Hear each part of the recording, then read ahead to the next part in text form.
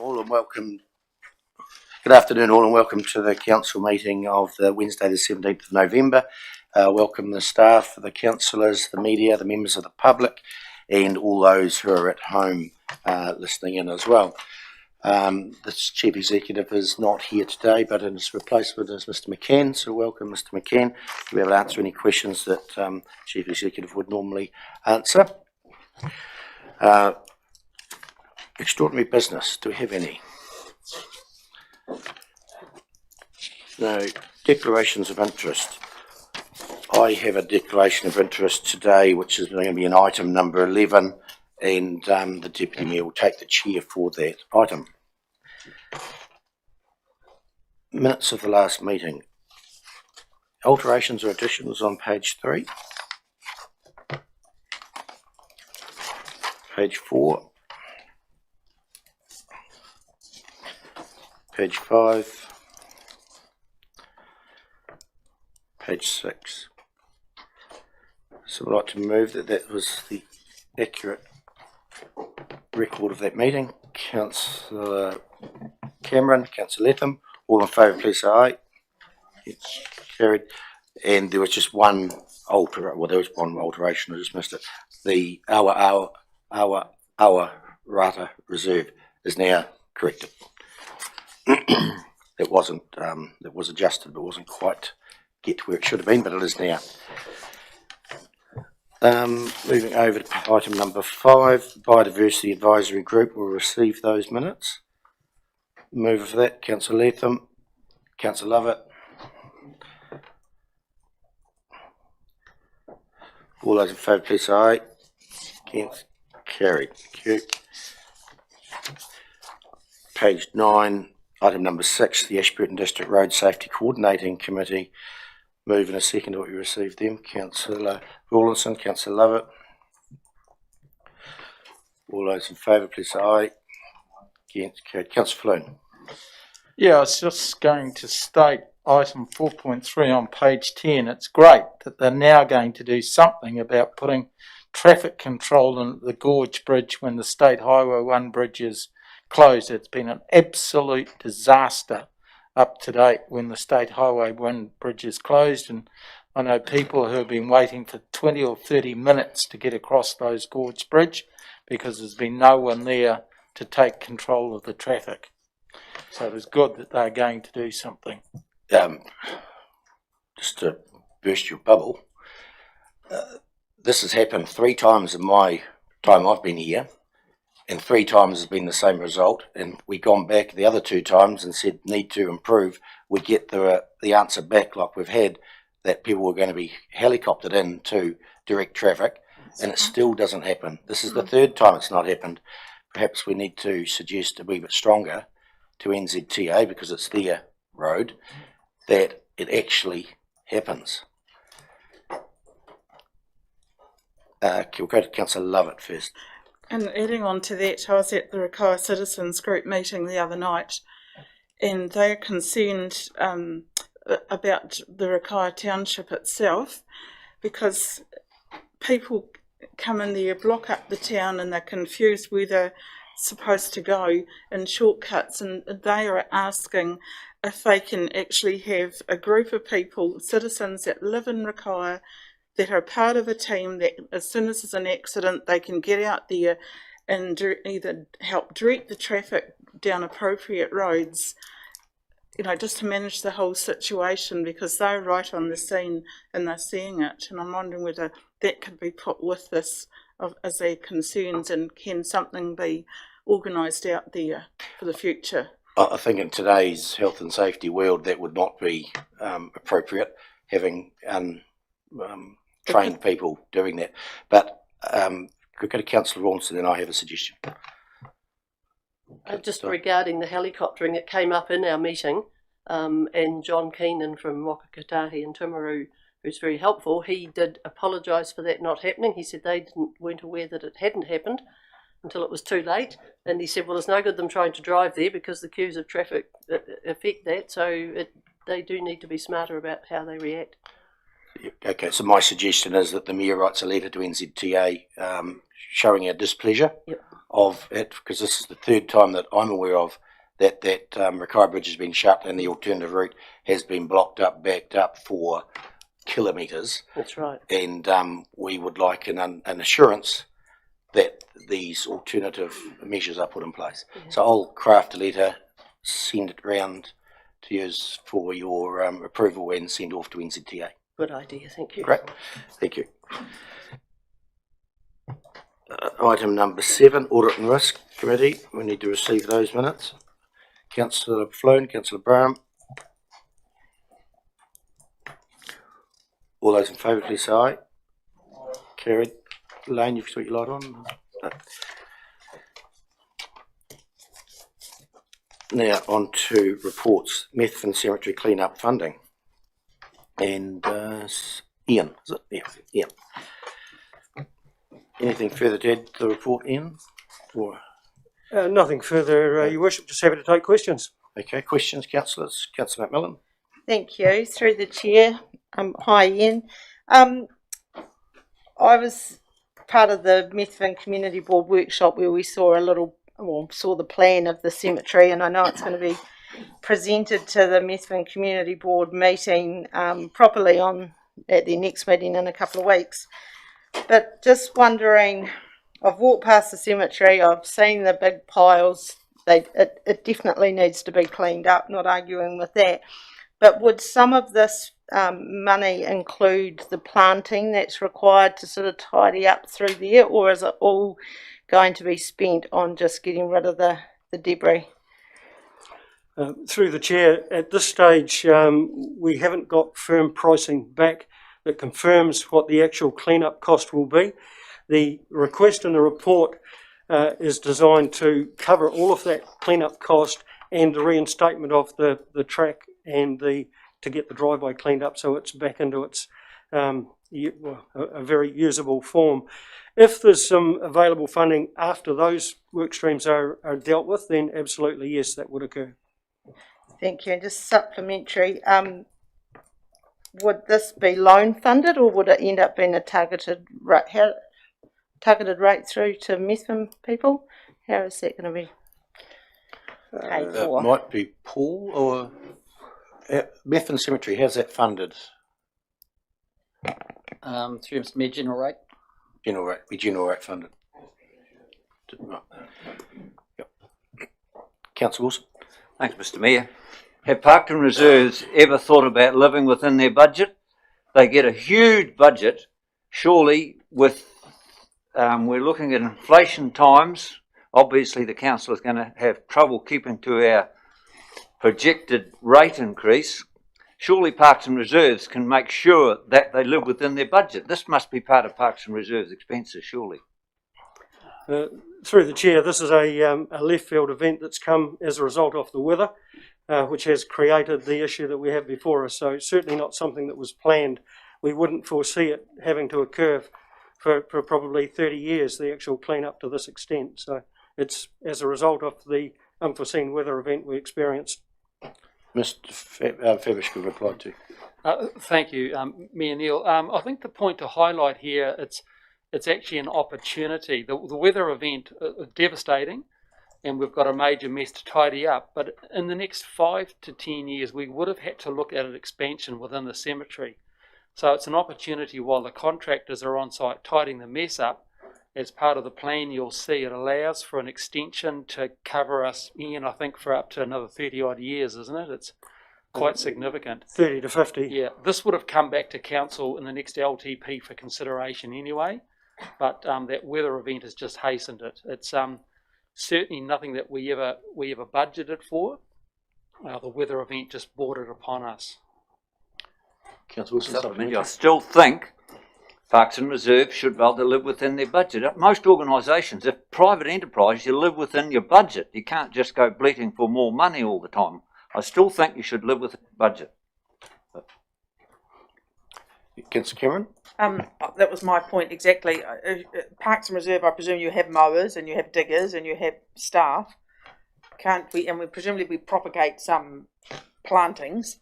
Do we have to buy? Don't we have something that we can buy that we can plant down there that would be beautiful in the cemetery? Like, is everything an expense? Like, don't we find the capacity within our current structure to support these events?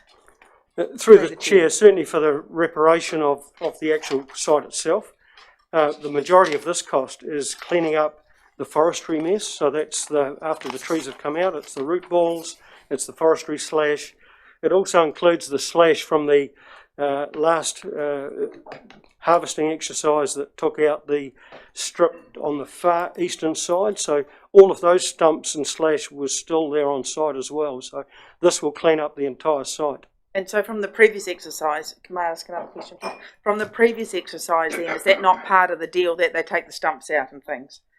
That is correct. That's not part of the deal? It was not part of the prior deal. We have cleaned it up this time. So subsequent to now, it will presumably be part of the deal so that the community doesn't have to foot the bill to remediate it. And if I go through you, Neil, to ask a question of Steve, so we were going to be faced with about 70,000 for the cemetery extension anyway. So this is no additional cost. Just through the mayor again. Yeah, that's correct. We would have had a project come back to you for the extension.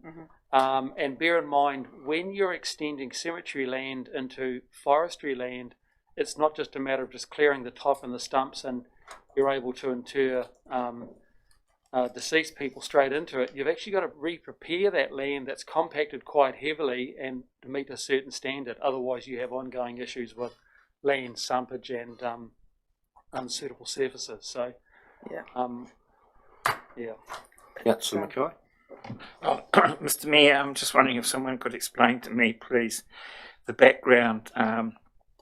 Point 7, Methven Cemetery operational budgets were underspent by 16,000, then 25,000, and then with 4,000 greater than budget.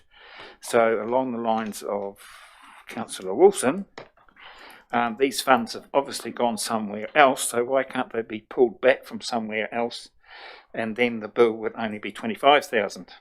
Would it not? Or was my maths teacher at school not good? Mr. Brake, would you give an answer to that?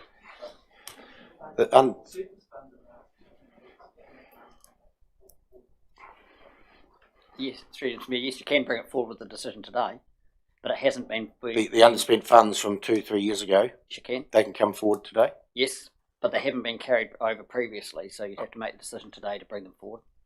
So it need another a line in the recommendation. Councillor Mackay. Well, the other question and part of what I asked was, where did those funds end up? Mr. Mayor, the recommendation is sufficient because they ended up in the accumulating operating reserve. So they just rolled into our operating reserve carried forward. Which is funds the general rate as well. Oh, just in a roundabout way. That's where your general surpluses and deficits end up. Yep. Okay, well the sums just got smaller. Do they wish to make a recommendation to us? We'll finish the questions first and then you'll probably be spot on. Councillor Brown. Thank you, Mr. Mayor. I'm a wee bit amazed. We've been paying a lot of money for floods and roading and farmers, and it was a natural event as well. Now you've got a natural event and there's falling trees over, all of a sudden it's open space, this problem. To me, that is just not right. There's people there who started here in this district. Not doing anything there is something we can't do. It's a cemetery. You go there to, give your respect to the people there, and now start fighting for $90,000. Come on, councillors, what are we doing? Councillor Wilson. Thanks, Mr. Mayor. When it said these funds were not carried forward, does that mean that Parks and Reserve spent them somewhere else in the meantime? If that's the case, that's exactly what my argument. Where's that money gone? Mr. Brake. Through Mr. Mayor, no, they weren't spent. Those surpluses just rolled over into the accumulated operating reserve, so they weren't spent. So just have one question before Councillor McMillan. The cost, I suppose, is grinding these stumps up and removing it, or are they to be burnt on site?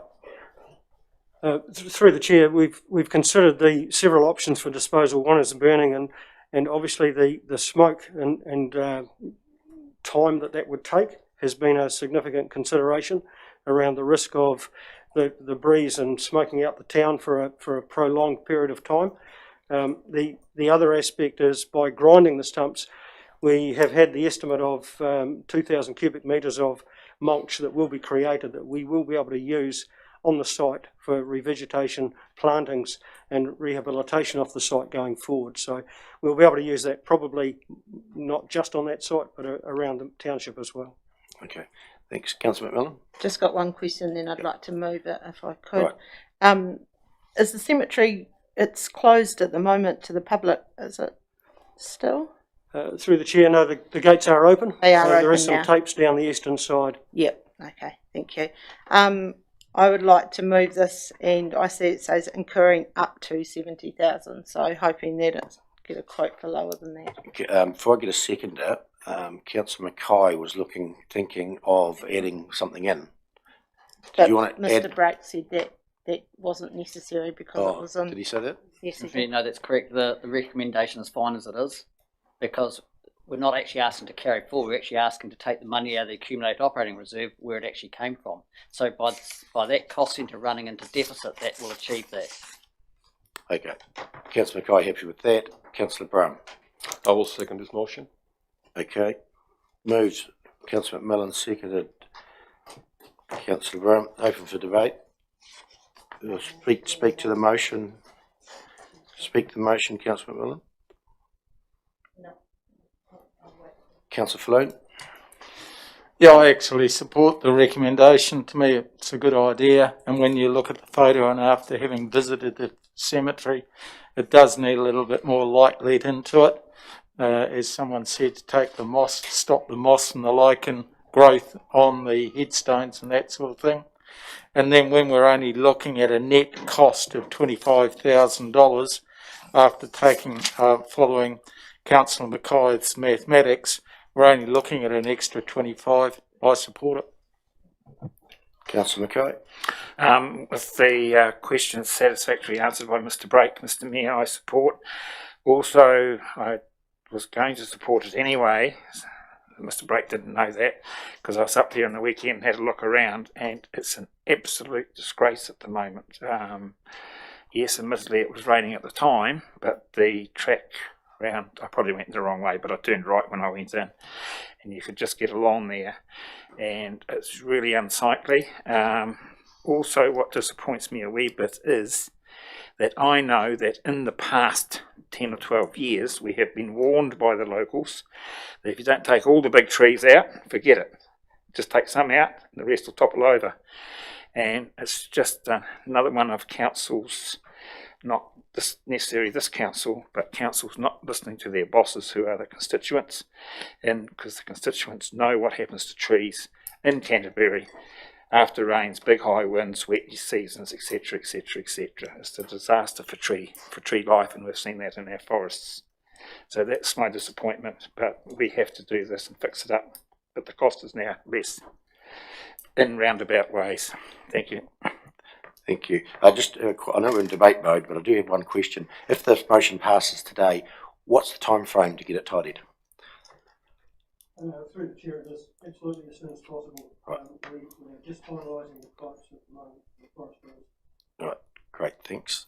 Councillor Lovett. I was just going to ask, when you're talking about the track, is that the new walkway that will be reinstated with this? That's good. Yeah, thank you.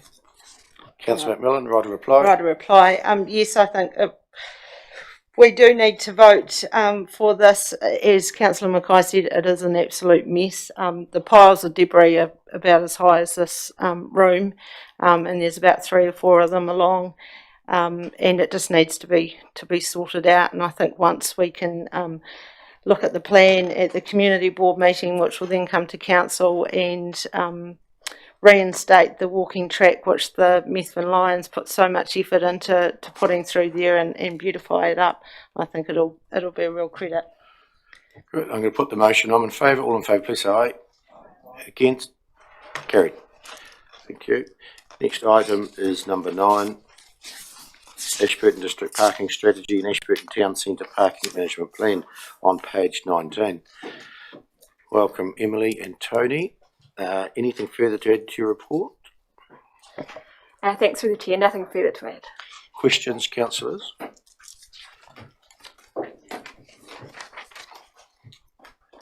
I just have a couple of probably wordsmithing. Page 36. Talk about mode shift and variety of mobility devices, and it talks about a potential second bridge across the Ashburton River. I'm just wondering if the word potential is a word that needs to be there, as in a second bridge across the Ashburton River.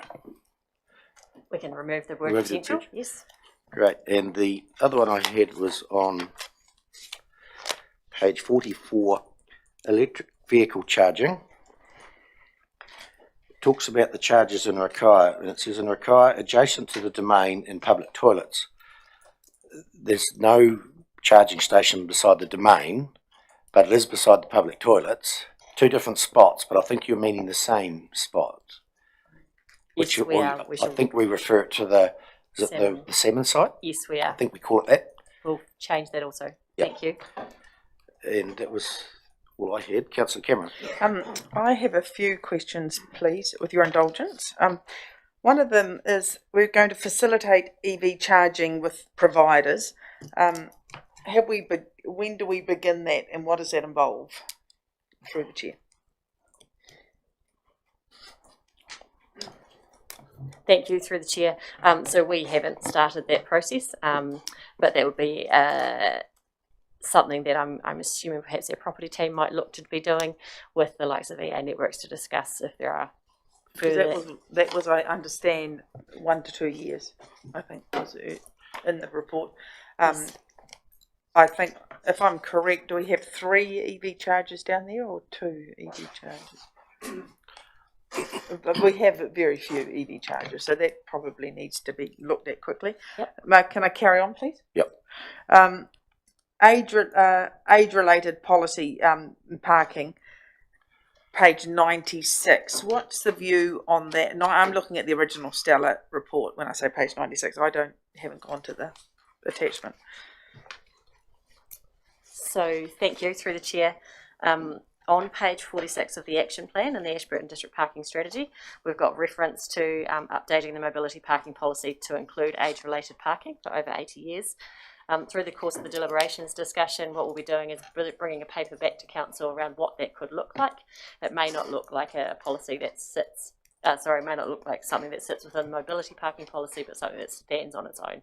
That may be an extension of time for. Am I correct when I did bring this up probably about a year or 18 months ago, and I was advised that once the mobility parking is in and once the rain gardens are in, changing and moving things is going to be very challenging. So how are we going to enact these changes? Because we've already had a lot of feedback. I think you're well aware of this through the chair with regards to the disability parking. And also the grates, and none of these changes, which have been brought up repeatedly in the last 15, 16, 18, 2 years, have been dealt to. So where is the motivation and the impetus to get these changes underway and these reviews underway? Who does that? Tony, or? Thank you. So I'm happy to take okay. From a process perspective. So it's on my team's work program with your adoption of this strategy today. This will be coming back to you as a report to council within the next 4 to 5 months in terms of what we propose to you as a solution to this direction you're giving us, and then it'll just be a matter of working out with the parking and roading team how to enact it. We aren't seeing, I wouldn't like to foreshadow anything, but it's not the intention that would be bringing a report back to you to go and fundamentally change parks as such. It would be perhaps where our over 80s residents, they might be allowed twice as long in a park as what a normal resident may do. I have more comments. I'll let someone else talk. I've got a whole ream of remarks. Let's get them out. Okay. Yeah. Right. I take your point with regards to the over 80s, and I'm looking forward to seeing that over 80s aged policy coming to council before Christmas. The other point is the disabled parking. We've had multiple reports about the inadequacy of it and the location of it, and the fact that it's not user friendly and people get their wheelchairs stuck in the grills of the rainwater areas. That has to be dealt to. So when you mention that you don't envisage changes being made, then how is this parking policy reflective of a strategy and a development over time as our demographic changes if we do not make changes? Through the chair, if I can answer that. All the issues that have been raised during the construction of the CBD project, questioning the mobility parks, various issues are going to be covered by a final audit.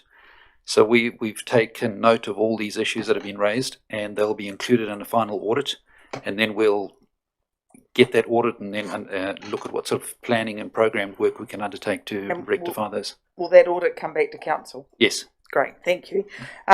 We're looking in this policy, 3 large camper vans. I think Councillor Lovett, did you say they're 10 metres long camper vans? Was that 10 metres?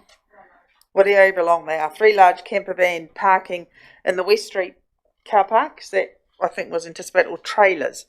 So that we have, we're at already capacity with regards to car parking when you read the report.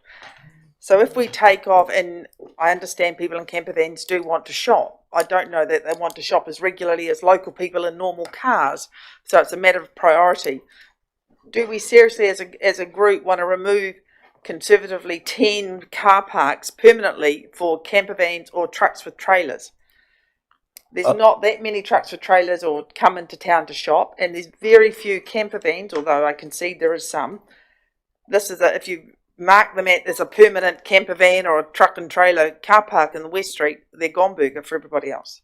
Yeah, I thought it was on the understanding that if we opened up the new parking area, then the whole thing gets reconfigured with those sorts of things. So that's subsequent to a potential new parking area. That was my understanding. Not in the, okay, that wasn't clear in the report. Perhaps that needs to be clear in the report. I think it is in there. I picked it up as that. Okay. When a new area gets developed, then you redevelop both sites. Now, the report, when you read page 60, they're talking at the future state of car parking, factors affecting parking supply, loss of parking in the town centre, which nobody seemed to anticipate, although it was noticed. There was 46 loss of, I think. It says 40, but I'm pretty sure we've discussed 46 in the past. And then we go down to page 66. Because we've lost car parking in the town centre, we now need to make more car parks. I just see that that's a little bit of a contradiction, and I'm interested in the tension between supply and demand and how that's going to be managed.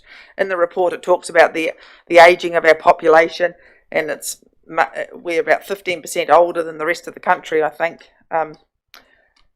And it also infers that older people like to park closer to their shopping. So I think we have a real disconnect between what is happening in the community and with regards to our population, our demographic, and what this plan is suggesting in some parts, but not all parts. I'll be interested in your comments about that through the chair. I'm not sure if you can comment on that. It is what it is. I'm happy to take out. I can answer a question, but I probably can't answer that. Correct. Right. Councillor Lovett. I just had several questions here. The report to council, I mean, the strategy is great, but it's using old data from 2017. When we go out, are we going to go out and relook at these car parks and see what we come up with to put into this strategy? Because to me, there's a big gap there from the information in it from 2017 to what we've got now. Question is? That was a question, yeah. Will the new data, when we do another stroll round to see how well used the car parks are, will it be put into this strategy going forward? Because the document has really got old data in it. Did Abley not do the counting of car parks? 2017. Was it that far ago, or was it last year? 2017. So we're passing a document today with old data, and how often are we going to go back and look at this, or can we do another traffic count and put it beside this in the strategy? Yeah, so part of the strategy there are actions to monitor the parking demand. So the plan is to do some more of those analysis to see where the need is, I guess. The strategy sits quite high level. So the idea is that more detail would probably go into the parking management plans, which have the more specific actions. So you may be looking to update the parking management plan more frequently than the strategy. Right. And the other question I had, the report to council, will that have in about the car parking over on West Street, when we looked at, we're told to wait till we came to this stage, going from 120 minutes to 160. So will that be in a report coming back? Because we were told several years ago, wait until now to implement that. And I think, thinking, you know, when will that happen? Thank you, through the chair. So the Ashburton Town Centre Parking Management Plan has a specific action that looks around time restrictions, and so officers will review the restrictions identified, and that will come back to council for discussion. Okay, and the other one I've been finding, and people are telling me, you go and park down the town with all these new car parks. If you've got a long vehicle, your tow bar's on one white line and the bumper's on the front of the other white line. You know, they're designed for like the computers or something. People have to drive in and drive out. You know, some of these car parks are very short. So it's probably a question, Neil, or so who determines the length of car parks? Yeah, they would pick a typical dimension and base it for the design on all the roads. If anyone has longer vehicles or bigger vehicles, there are other car parks just further around the corner, or not particularly in Tancred or Burnett Street. So admittedly, the ones in Tancred and Burnett are probably a standard smaller size, and if anyone has bigger needs down Cass Street or down the other streets, there would be bigger car parks. Because I know East Street are tight. I've parked in there, and yeah, so it's something to be aware of when you've got farmers. You know, we're based on a rural town, and farmers do have bigger vehicles, and yep. it is tight. So if you have a bigger vehicle and you put it into the park and it lines up for one end but doesn't the other, would you get an infringement notice? I believe you would, yes. Okay. Fine. I just have... Sorry, if I can just pick up on the point about the sensors and getting up-to-date information. When the new sensors are installed, which is looking like in the new year because they're coming from Auckland, we'll have the ability to run reports on utilisation of all the car parks in all those streets. So are used and when they're used and etc. Just have one question. The bike cages at the workshop, I thought we weren't going to have bike cages, but my memory might be met in the medium term. So we did decide for bike cages medium term. Was that what we decided? Because that's what's on the plan. Yeah, so my notes, if you want, see that we moved it in the parking management plan to the medium term. Okay. But I believe they were actually taken out of the strategy as well. Yeah. Just Tony, you put your light on? Oh. I couldn't hear you, Tony. Oh. Sorry, so on page 20 of the report, cover report, the reference to secure bike cages was removed from the parking strategy in action D1. But it was left into the parking management plan to consider over the medium term. Okay, right. Councillor Cameron. With regards, I have a question in this, but just in response to Councillor Lovett's remark, I have sent photographs to the staff with regards to people in twin cabs that have got $70 fines from parking, and they're not all able to walk round the corner, or they may not, because we're doing a lot of circling now in town. There's not the capacity to walk round the corner. So will that be revisited when you do the odds and ends at the end of the contract? The audit report. Beg your pardon? The audit report. The audit report, yeah. It certainly can be. What it will mean is that some car parks will be bigger and we'll eventually end up having less car parks. That's right. So, yeah. That's right. The importance of planning. My next question, please, is if we adopt this report today and we found some inconsistencies, what happens with that? Or will we best to delay it and get the inconsistencies remedied? Or through the chair, if you are aware of inconsistencies, it would be good that we know them now before you decide to adopt. Well, example, the bike cages. It was the direction given by councillors at the deliberations. Okay. Yeah, I don't think it's an inconsistency. It's just explained what we decided. Okay. Now, I did have one more question. That was it. Let someone else go and I'll come. Councillor Mackay.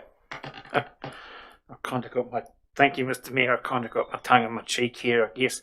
On page 19 of... There's a report there, item 9, Ashburton District Parking Strategy and Town Centre Parking Management Plan. Are we debating the same one? That we've had the consultation, hearings and deliberations on. We're still debating it today. Thank you, Mr. Mayor. I think I got my point across. We're here to adopt the plan today. We've had the hearing. Yeah. We're just seeking clarifications. Councillor Cameron? One more question. I note that in the plan, Abley remarked that they've got the data, like with the capacity from the sensors in the road. So I don't understand why we have not got more up-to-date data from the road sensors, parking sensors. If Abley were able to receive that information. We only had sensors in East Street, and they were removed, when the CBD work started. So we haven't really got information for the last 2 years for that reason, because of the CBD work. But as I said, soon when we finish, we'll have the data down all the other roads as well. So we'll have a more comprehensive information on all the other streets as well. 2017 was Push your light on. We can't hear. Yeah, in 2017 we only had the sensors in East Street at the request at the time. Yep. Councillor Brown? If there's no more questions, I'm quite happy to move the recommendation on page 19. I think we're at that stage. Councillor Brown moved. Seconder. Councillor Latham. Councillor Brown, you will need to speak to the motion. Yes, I'm quite happy to do that.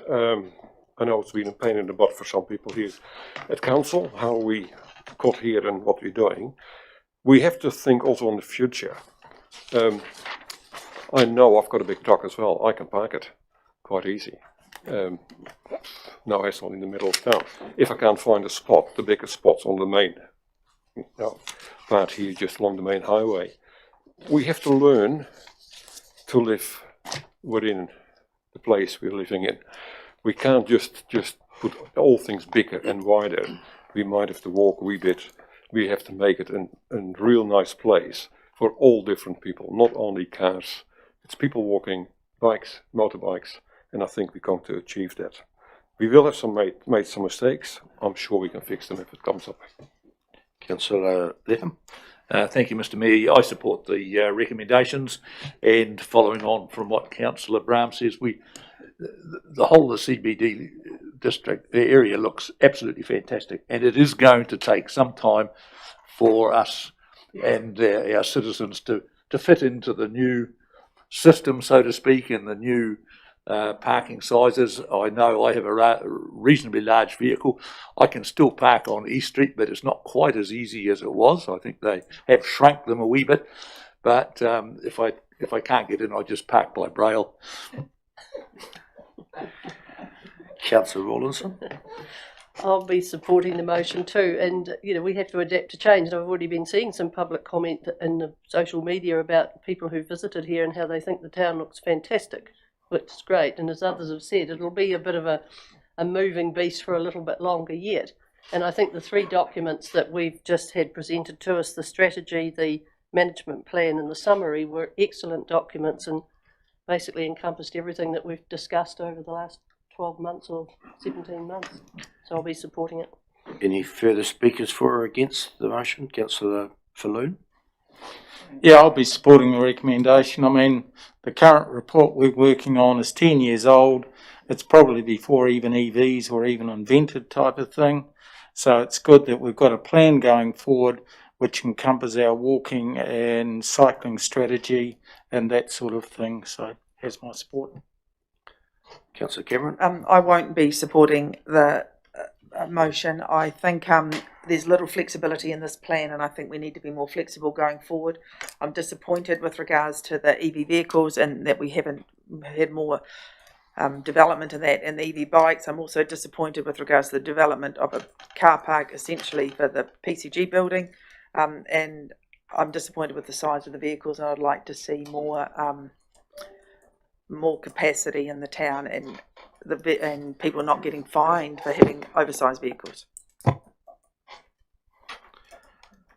I'll be supporting the motion. There's been a lot of work and effort and consultation gone into this document, and I think it's fit for purpose, so I'll be supporting the motion. Right to reply, Councillor Brown, if needed. Not needed. Light on.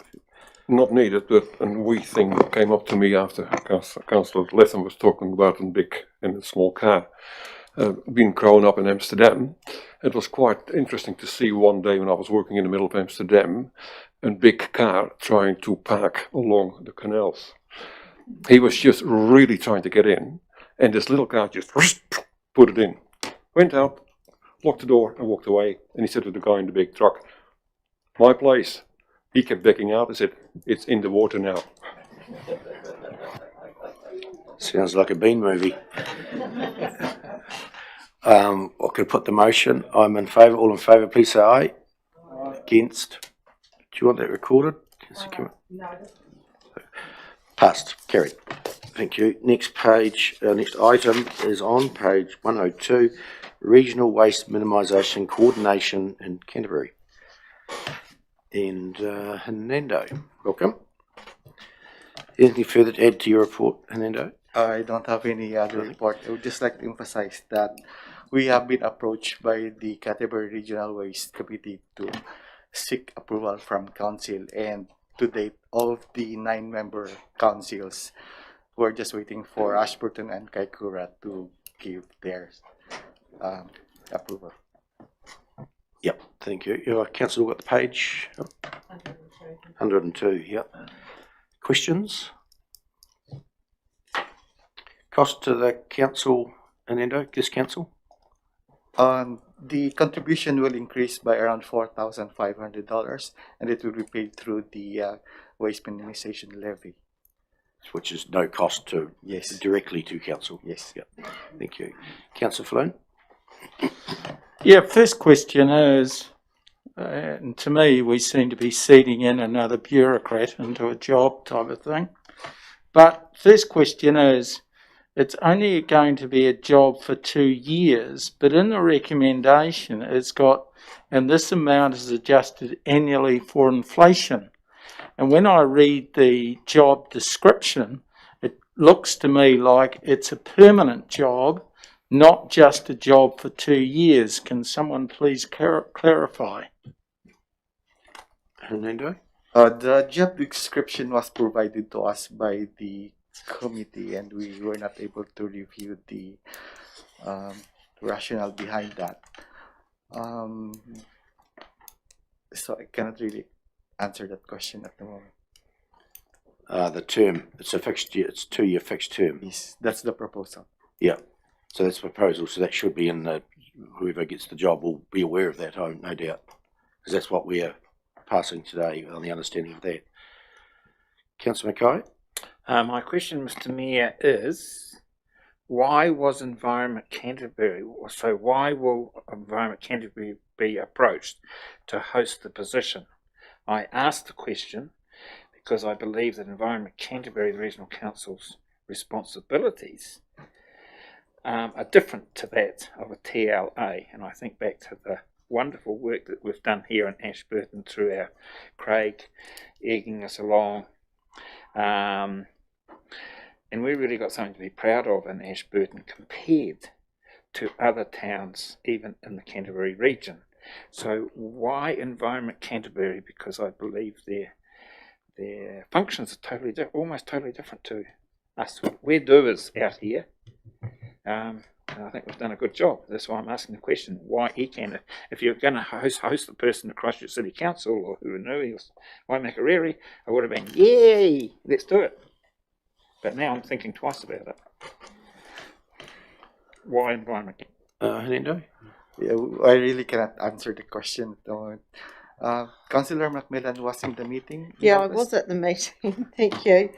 And I think Environment Canterbury have requested it. To be fair, I can't quite remember why.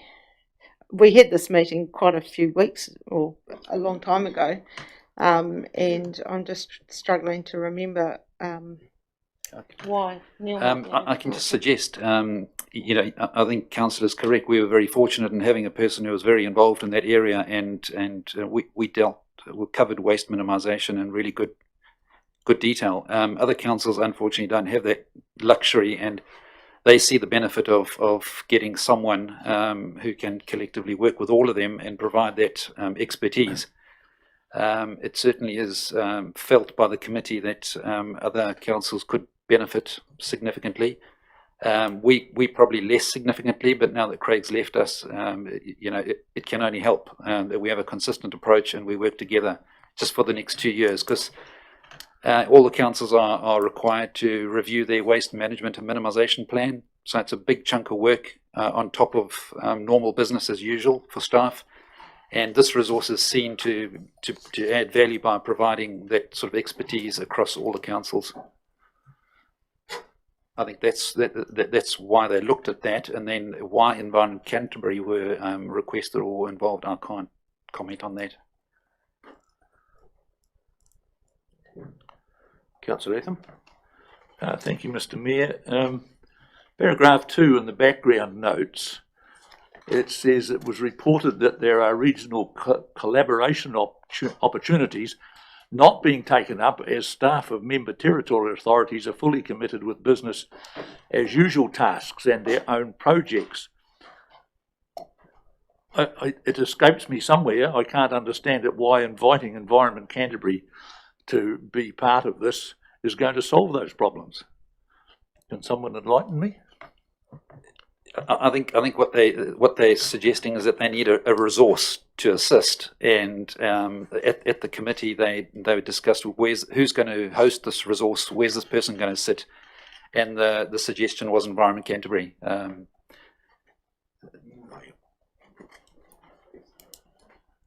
See in the item number 4, it talks about the position within, and it fits with Environment Canterbury because it fits within their contaminated land and waste team. They have a team doing this now, I presume, so this person would fit in with the work that they are doing. And if I've got that right? Yep, and probably he will be able to access the resources within ECAN. Yep, so there's the fit, yep. Councillor Cameron? Just a question on the recommendation point 3 that Environment Canterbury be approached to host the position within their staff structure. That sort of implies to me within their existing membership. It doesn't imply they have to employ somebody for $80,000.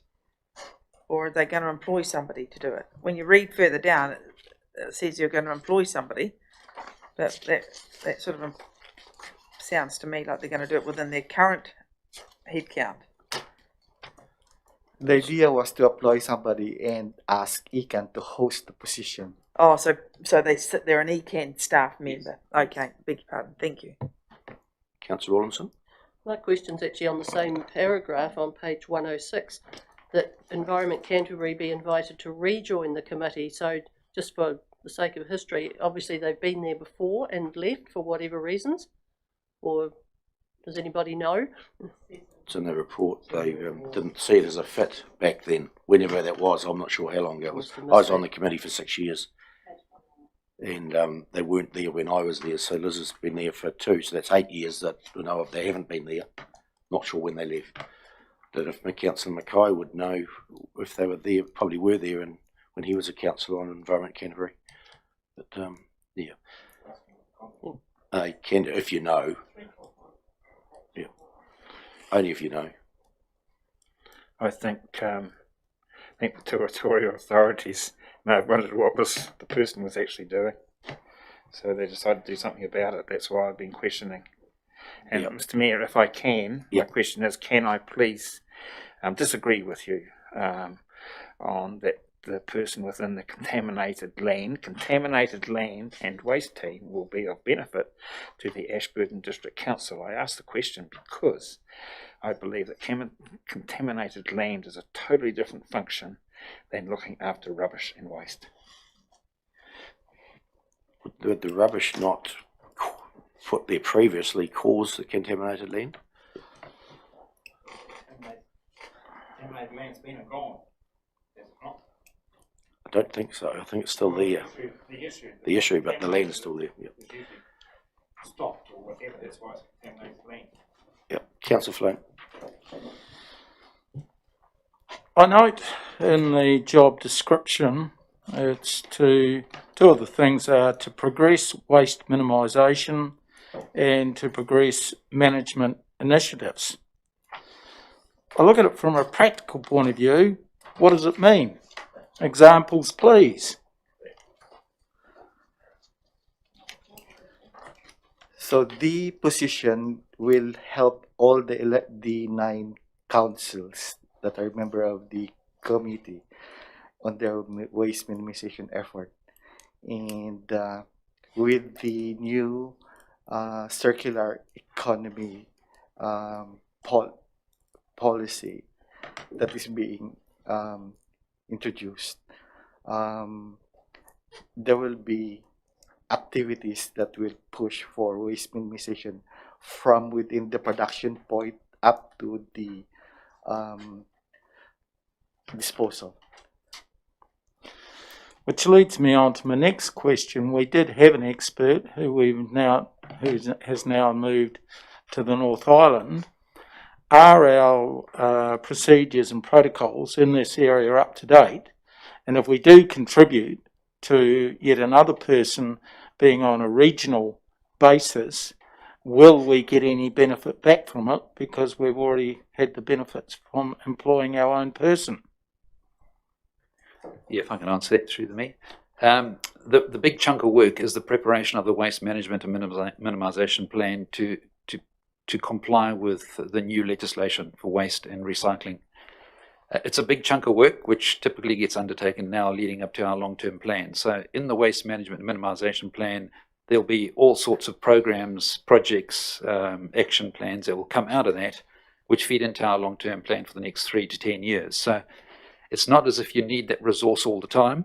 A lot of councils see this benefit as just them having this person there for 2 years, and that basically sets up their program, and their current staff are able to deliver on their program. So it's really just that expertise during this time of putting the plan together that they're looking for this help and assistance.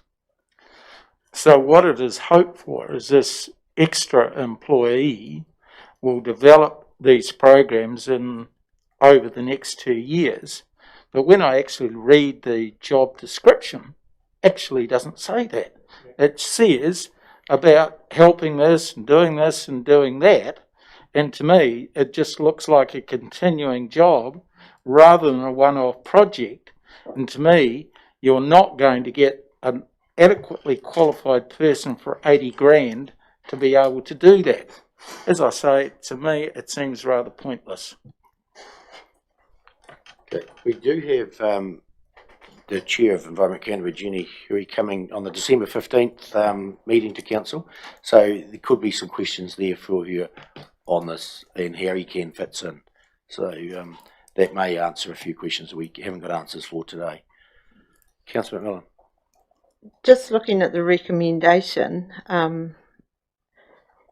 number 3, that Environment Canterbury be approached to host a position within their staff structure. Is that up to our council to do? I thought that would be something that the Canterbury Waste Joint Committee would do on our behalf. So I thought that if we were going to make any recommendations, it would be the first 2 points only. Am I correct in that? Because we're basically going back to the joint committee to say, yes, our council agrees that Environment Canterbury should be part of the group and that we are happy to increase our contribution. But I don't feel that it's up to our council to be asking Environment Canterbury to be part of that group, because that should come from the joint committee. Perhaps the words should reflect that the council endorses the committee to approach Environment Canterbury. Yes. Or remove number 3. Remove it. Could I suggest that clause 1 be that council endorses Environment Canterbury being invited to become a member of Canterbury Waste Joint Committee and approach to host the position within their staff structure. So council then is endorsing the proposal, and remove item 3. Okay. And remove item 3. So I would like to move that motion then. With that amendment? Yes. Seconder, Councillor Letham? No, I wasn't going to second it. I had a question. Okay. Yeah. So, Councillor Cameron, we'll still take up the questions. Thank you very much. I think this is quite good intent, but it just doesn't sit with me. It's too vague, in my opinion. Is there something we can't do now that we would be able to do if we go down this track? And what happens after 2 years? We've got a 2-year contract. What happens after that? I don't think the case has been made satisfactorily for us to agree, to be honest. From a staff perspective, we'll be involved with this particular person and the other councils and determining exactly what's required and what they'll do. So what we'll be requiring along with the other councils, will be a template for the waste management and minimisation plan that complies with the new legislation. So that's the big benefit that we'll get. We'll have someone who understands that better than anyone else, and we'll be able to share that with the region, so we all have similar plans based on the same assumptions and etc. So that will then, as I say, feed into our long-term plan and give us a future program, because that will set the work program for our recycling and management of waste in our long-term plan. Once that's done, we don't need to do it until the next long-term plan, or perhaps the second cycle of the long-term plan. So it really is that chunk of work just to assist to get that together as a single template that will comply with all the changes, the recent changes. Councillor Mackay. Mr. Mayor, I have a question to the mover and seconder, if I'm allowed. No, let's have a go. Try it. Right. The question is, would they be willing to take the words Environment Canterbury out and insert the Ashburton District Council offices for the house the person? Oh, you mean have the position in this building? We're proven of doing it. Through the chair, we then have to get the approval of the rest of the Canterbury Waste Minimisation Committee. So this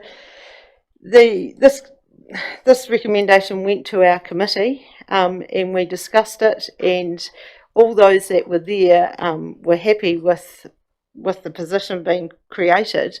But there were a couple of councils that weren't represented at that meeting, so it was decided that it would go back to each council to decide on that. I don't know if we didn't approve this recommendation, then and the group approved it as a whole, I don't know how we would sit with that. Yeah, and already 7 of the 9 councils have approved this.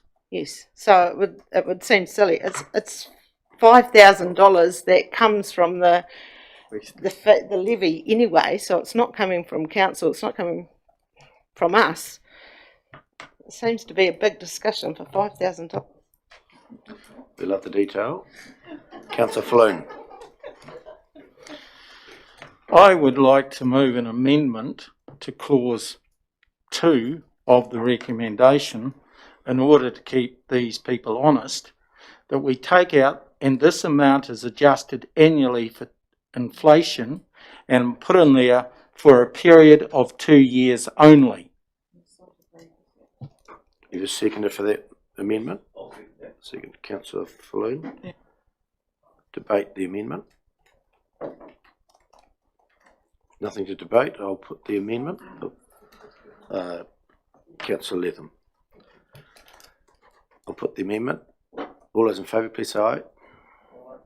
Against? Carried. The amendment now becomes the motion. I'll put the motion. Councillor Mackay. Mr. Chairman, Mr. Mayor, after reading this, I actually don't think I know enough about what's going to happen, because I'm very worried about the responsibilities from ECAN, from the waste minimisation and the district and a territorial authority's obligations to clear the rubbish for the people as against contaminated land, and to stop land being contaminated. So I'm actually would like to lie on the table. So I'm going to move that it lies on the table until we have further information from ECAN. And the information is whether they will accept the invitation to join the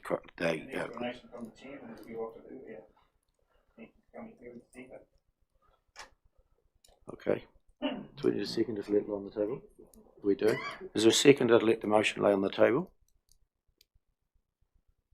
It lost for lack of a seconder. Yeah, we still have a one speaker to the motion, the amended motion with the new motion. Yeah, thank you, Mr. Mayor. I agree with Councillor Mackay.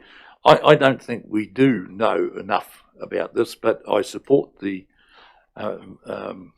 motion with the words changed, because at least if it doesn't work out as well, we can at least stop it after 2 years. And as Councillor McMillan says, it's only for $5,000. Now, I don't want to just say $5,000 is peanuts, but it's still $5,000. So I think we've got ourselves pretty well covered. But I don't think the case for this has been made adequately to us to make a decision. Okay, we are only one of 9 councils who have voted on this, and 7 have passed it so far. So no, it does not. I'm going to put the motion. I'm in favour. All those in favour, please say aye. Against? Carried. Recorded, Councillor Mackay? Why not? Okay, thank you. Passed. Carried. Next item is the results of the stock water provision trial using Ashburton Lyndhurst Irrigation Limited scheme. And for this one, Councillor McMillan will take the chair as I've declared a conflict. You want to just do it from there? Thank you.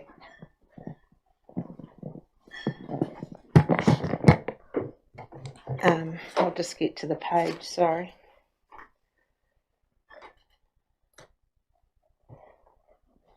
Thank you, and welcome, Andy. Anything further to add, or will you just take questions? Oh, just happy to take questions.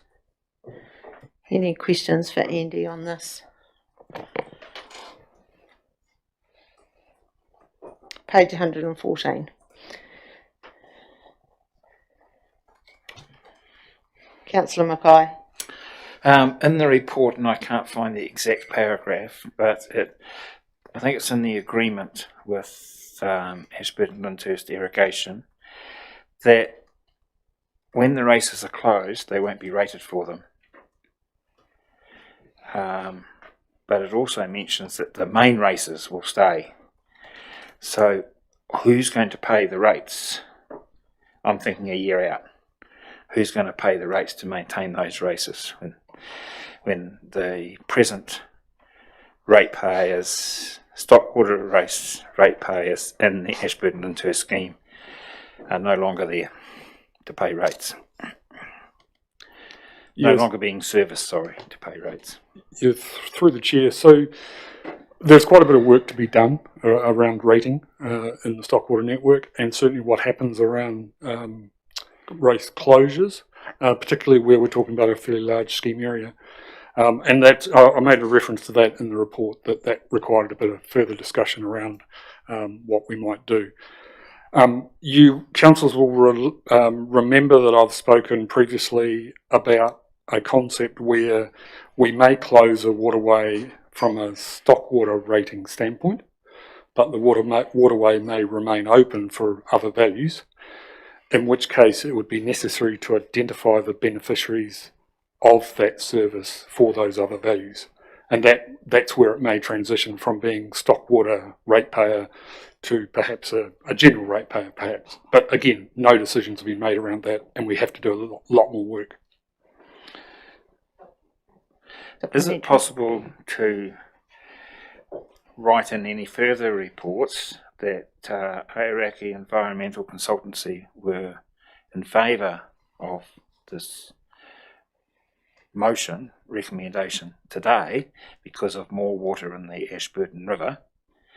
Because I'm asking that question because I don't want it to be put to one side that the amount of water that's coming out of the Ashburton River now can still come out for environmental issues. It's a fundamental principle of keeping the water putting the water back in the river, is where I'm coming from. So can it be incorporated in other reports that their recommendation today is actually mentioned because of more water in the water eventually getting back into the Ashburton River, or not coming out, or not being taken? Yeah, well, certainly what I can say for fact is that they support this recommendation for That's why I'm asking the for question. those reasons. Yeah. We will almost certainly be seeking their views on any other matters that we take, any proposals that we have, and we will get their views at that time. Whether they're consistent with what they're saying today, remains to be seen. Maybe that's why I'm asking you to make their decision today, knowing later on. Yeah. Okay. Councillor Wilson. No. Oh. Well, if there's no further questions, I'd like to move the recommendation. Thank you. Do we have a seconder? Councillor Rawlinson. Go to debate. Yes, I'd just like to say it worked very successfully up till now, but as it said in the report, some of the people in Ashburton Lyndhurst who weren't connected were unsure what was actually going to happen. So once we make it plain that Ashburton Lyndhurst are going to be the sole provider, they, according to Ashburton Lyndhurst administration, people will know for sure, and they will know if they sign up, they're going to be with the provider. That's the main thing to move it at this stage, even though we haven't got every I dotted and every T crossed. It's to give people satisfaction. We can't do this sort of in May or June, right just at the end of June, so that people have got 6 months to think about it and get themselves organised. Thank you. Councillor Mackay. Madam Chair, I'll be voting in favour, and I'm also very gratified for the work that Councillor Wilson's put in, the staff have put in to make this happen. And I'm really, really pleased to see on page 118, number 24, encouraging landowners away from inefficient open race network to a piped delivery solution. It's not only going to improve economically farmers, it's going to save them from paying some rates, it's going to save them from cleaning water races, from having blocked water races across the road, to in storm events having water races aimed like water blasters at our roads that cause other expenses. And I also from experience can say that in my considered opinion it actually improves stock health and saves on drenching, etc, etc, etc, etc. And for those that are worried about cleaning troughs in the future, try a wee bit of barley straw or a bit of that blue stuff you put on the animals' feet sometimes. They clean them up. If you're a bit patient, they clean them up real good. Fully supportive, and it's a great job the staff have done, and Councillor Wilson. Thank you. Any other further speakers for or against? No, I'll put the motion. I'm in favour. All those in favour say aye. Against, no. Carried. Thank you.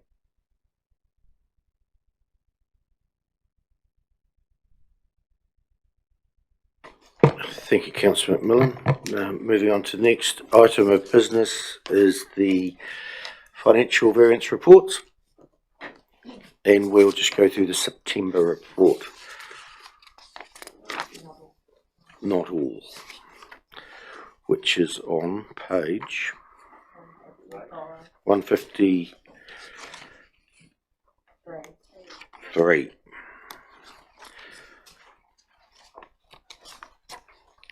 Welcome, Erin.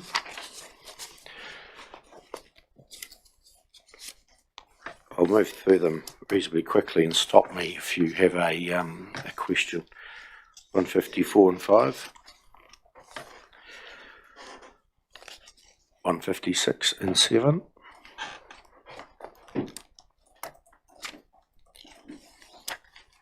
158 and 9.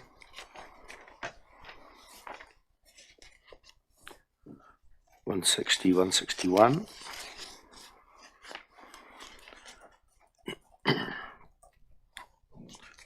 162, 163.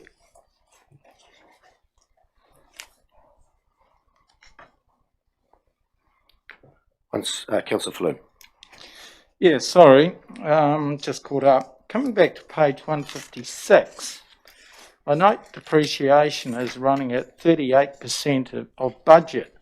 I would have thought depreciation would have only been running at 25% because we're only 3 months into the new financial year. So why the difference between 25 and 38% depreciation?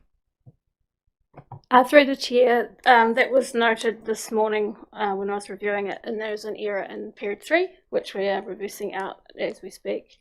So that's inflated, so it should be only 25%. Councillor Floon, heavy. Second question. Fees and charges seem to be ahead of budget, which is wonderful. But basically, that also includes the COVID period. So does the COVID period not had a huge effect apart from on the rec, the centre down there, the pool and everything? Is everything else well ahead of budget? Through the chair, that would also include things like dog registrations, which are paid annually. Building consents are well up as well. Back to 164, 65. Councillor Wilson. Yeah, you got ahead of me. Okay. Page 158, the extra money we've spent on the May flood event, when are we going to get a report and what's to tell us what the financial position is and how much money we're going to have to find extra? That's coming to the next, I think it's the council meeting on the 15th of December. That's all right, Stuart. I am moving quite quickly to it, so if I go past it, we can always get back to it. 166, 167. Councillor Cameron. 165, the recreation facility and services. I note that COVID has had a tremendous impact on that. Can you see through the chair how that's going to be resolved? Do we need to revisit the budget? Steve? Through the chair, just to answer that question. So the staff are currently looking at all of their operational expenditures and have pulled back everything unless it's deemed to be chronically essential, and they're also monitoring their staffing levels. At this stage, there's still some uncertainty, even with the new framework that's about to be rolled out, what the restrictions are going to be on the site. Interestingly enough, though, the stadium bookings have been extremely high, so people have returned back to organised sport. The gym is light, and that's a combination of, I think, COVID restrictions plus also the opposition that's now currently in town for that activity. And the swimming pools are also restricted because of the number of people we can have in the facility. Staff are currently undertaking a business plan and a marketing plan to look at what our focus should be over the next 2 to 3 years max because of the COVID environment. So that work is still ongoing, and I think it will be completed by about February, March next year. So some of those studies will come out with some recommendations to try and lift the game. Yeah. I think that the planned review of everything in the next 12, 24 months is a good idea. Okay, page 168 and 9.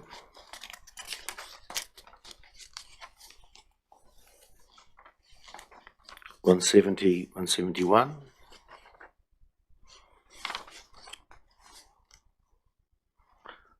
$172, $73.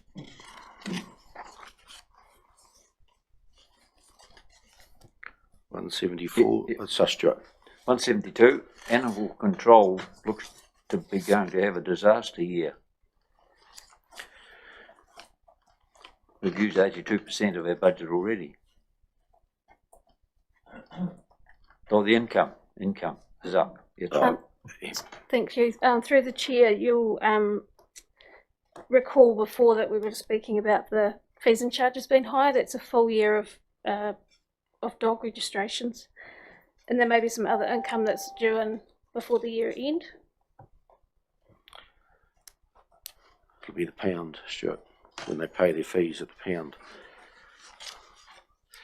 Councillor Cameron?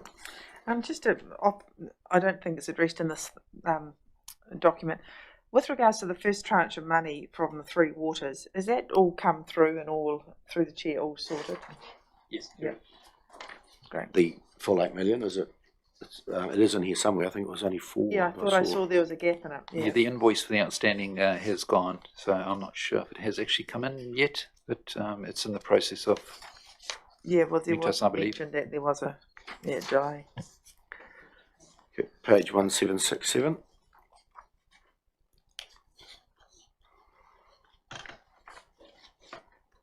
Just probably a Paul question. Under borrowings, Paul, wastewater, we've still got an internal borrowing there of 2.7 million. When are we converting that to an external so it can be passed on if it gets that far? Through Mr. Mayor, that internal debt came up at the very end of the year, at the 30 June month, where we had to calculate the final expenditure, which raised an internal loan. That's going to be converted to external at the next debt raising. So when the next debt raising is done, it's going to raise debt that's incurred in the current year plus convert all that internal debt that remains back to external debt. But that internal debt, there'll be internal debt raised every June, and then we'll get rid of it to external as soon as we can after that. Right, thank you. Councillor Falloon? So basically, the way the Three Waters debacle stands at the moment, we are likely to receive about $33 million back for giving our assets to the Three Waters entity 4. Yeah, through Mr. Mayor, my understanding is that the debt will go with the assets. So whatever debt we have at that time will go across to the new entity with the assets as well. And so that wipes off that debt off our books. If it gets that far. We live in hope. Page 178 and 9.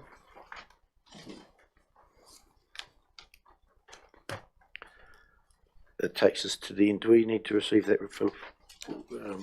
We do. Moving to second, we receive the financial variance report for August, September. Councillor Flynn, Councillor Cameron. All those in favour, please say aye.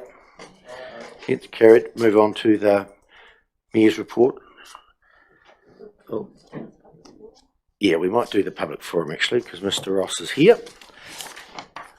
Mr. Ross, if you'd like to come up to the table and push the right-hand button on the speaker. There we go, it's on. Councillor Latham. Thank you, Mr. Mayor. I think councillors should be aware that Mr. Ross is fortunate enough to be related to me, so I will just keep out of the debate.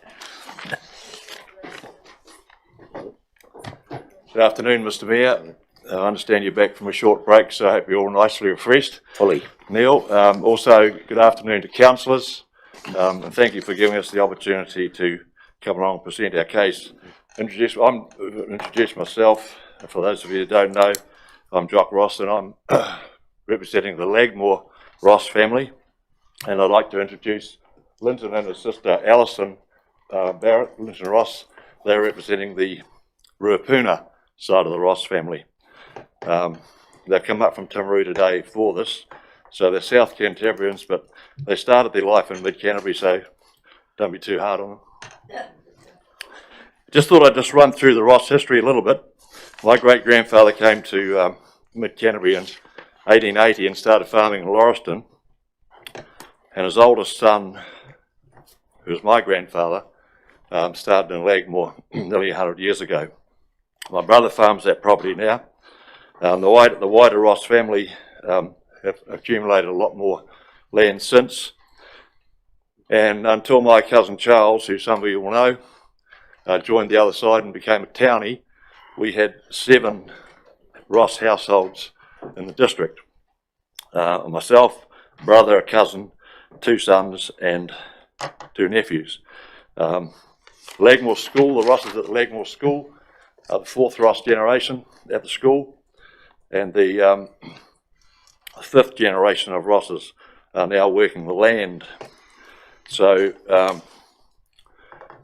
I consider that we've probably just about achieved local status. I just read an application that I put in, because as I understand the council haven't seen this, and it goes as follows. When the rapid response numbers were instigated, a lot of names were changed to long-standing families in the area. The Ross name couldn't be used in Lagmore because there was a Ross Road in Ruapuna. With the Ross family approaching 100 years in Lagmore, we thought we would try to do something about it. We've discussed the proposal with the other Ross family from Ruapuna, and they are in agreement. In fact, they would prefer to have the name changed. There's a lot of examples in the district: Remingtons, Millers, Feckneys, Sheets, Langdons, Simpson, Mulligan's Road. So we'd like the opportunity to join that group. Now at this stage, I'd thank you for your attention and ask Linton and Alison to come forward. Is that? Yep, okay. Mr. Mayor? Fine, thanks, Jock. Thanks, Jock. And then we'll have you back for questions, Jock, or we could question or clarification. Good afternoon, everybody. But if you just push the right-hand button, that's it. Thank you. Perfect. Thank you for your time. Basically, my brother and I are here just to support Jock with his request and to hopefully get this carried through for him. His family are very, very much part of his area and have been for quite some time. My brother and I, we've been away from the district for quite some time now, but our grandfather and grandmother and their consequent families did settle in Ruapuna and originally came out to New Zealand and settled in just south of Rakaia, where my grandfather moved over to Ruapuna and hence began his family there. We are more than happy for Jock and his generations and his family to have part of his roading referred to as Ross Road, and we have no objection whatsoever in changing our road at Mayfield to perhaps George Ross Road. I think, as Jock has stated, we may not have, that neither parts of those roads, especially the Ross Road or the road that Jock would like to have seen named as Ross Road, have any rapid numbers, no houses whatsoever on either of those roads. I can only reiterate that we do support Jock 100%, and I can read a little bit of our history out, although our history is not as significant to the community as Ross's has been. I had written a letter at Jock's request earlier on, just referring to the approval and everything from our side of it, but I'll just briefly go through here with our family. As this got here, with reference to my earlier letter regarding the name change of Ross Road Mayfield, I wish to reiterate that the changing to George Ross Road would have greater significance to the history of the Ross family. Likewise for the other Ross family, and our grandfather farmed at Ruapuna all his working life, and from there his son Keith Ross purchased and farmed a property at Lismore.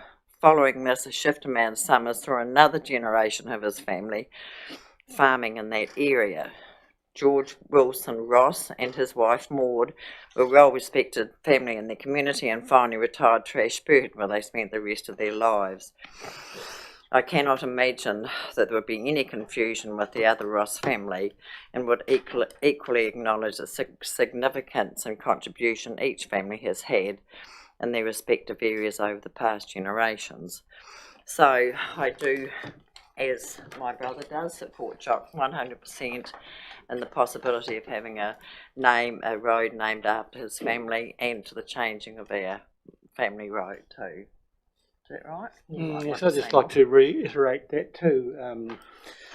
While the Ross name may not be really well known in Ruapuna at the moment, my grandfather spent most of his adult life here farming, and he spent many years being involved in the community affairs.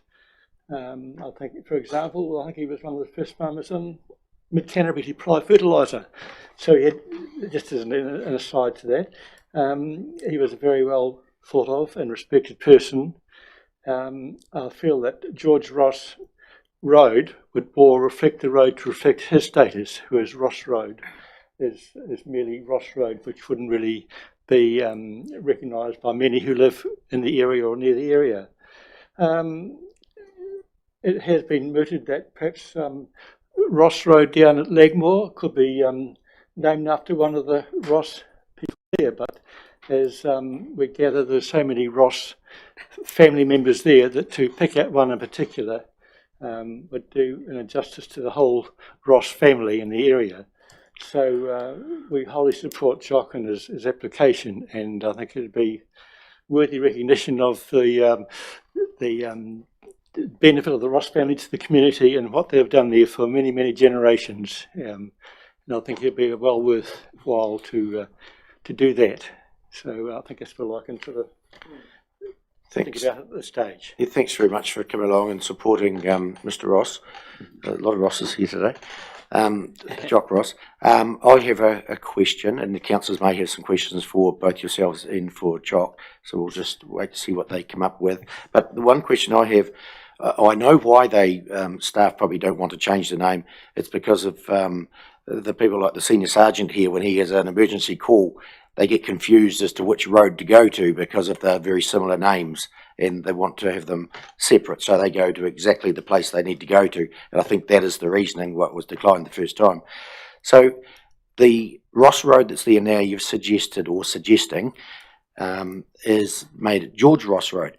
Would you be supportive of that road getting a completely different name and the Ross Road moved down to where Mr. Jock Ross would like it?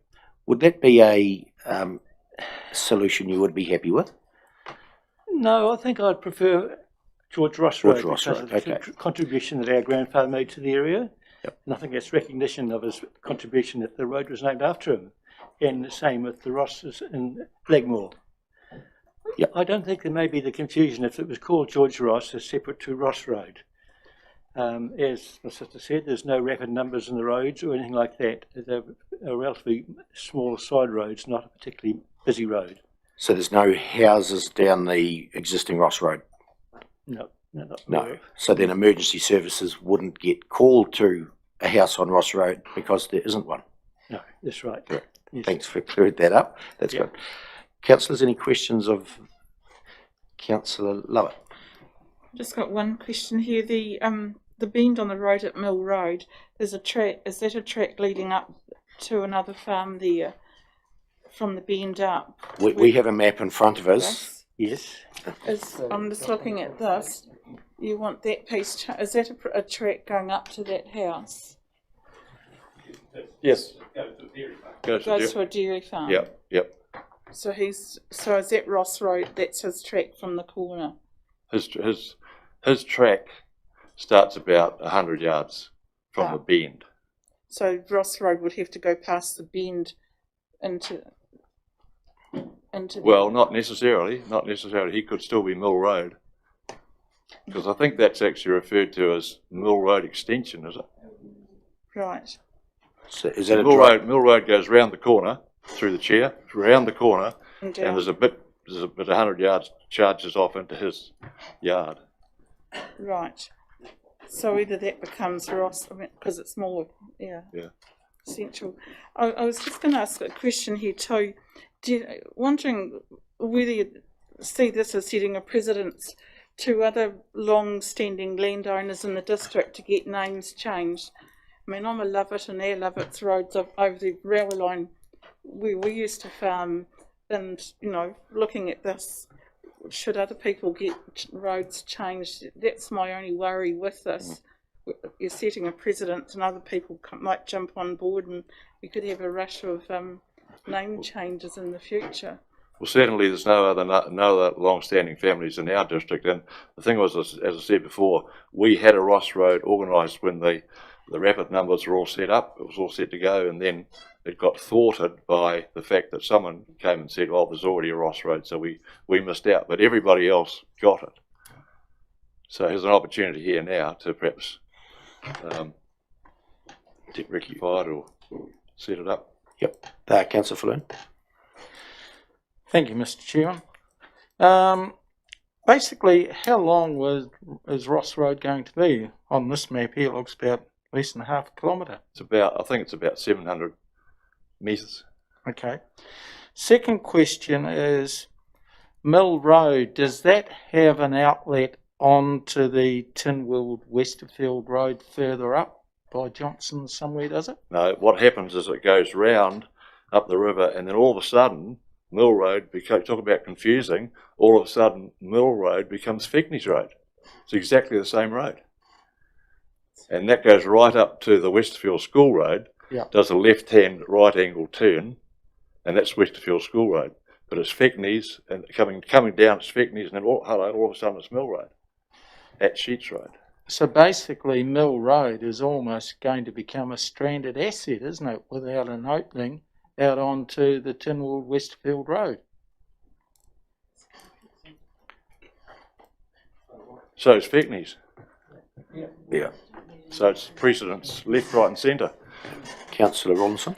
Thank you, and I was just going to re-clarify too that it's just that section from your house Yes. to the bend. And the reason for that, Councillor, is that it's not a right angle, but it's very close. It's not just a bit of a bend in the road. It's a pretty sharp turn. Yes, yeah. And it's an opportunity to take the road there and then have the Mill Road carry on. So it doesn't interfere with all those properties around there. I just wanted to add that I know all these roads well, and I think it's great that two separate Ross families can have a good, healthy discussion, as you've obviously done, and come to what we hope is a satisfactory conclusion. Yeah. Well done. Appreciate that. Councillor Brown. Thank you, Neil. Jock, just a question. Mill Road, where's that name coming from? There used to be an old flour mill. If you go down to what will hopefully be Ross Road, turn left onto Mill Road, travel about another 3 k's where the cut-off goes into the river. You'll know that, Councillor Mackay.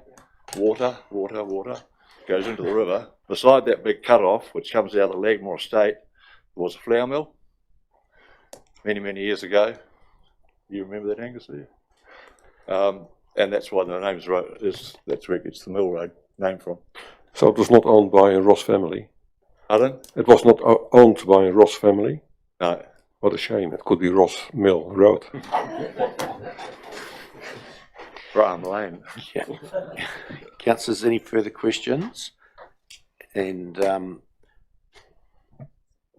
there being none, I think what we need to do is ask for a report for council staff to bring this back to us and look at the pros and cons of changing the road. I think you've already put an application in, and as you rightly said, the council staff have declined it. Yep. But you'd like to revisit it with the evidence you've given today, and we could have a report back, and council could make a decision as to whether. So if we could have that, Mr. McKean, that would be. Mr. Mayor, have you seen the rejected letter? No, I haven't, but it will become part of our report. Oh, yeah. But you could leave it with us, but it will be part of our report. And the likelihood of that report coming back to us would probably be a couple of months, do you think? Or hard to say. Not this year.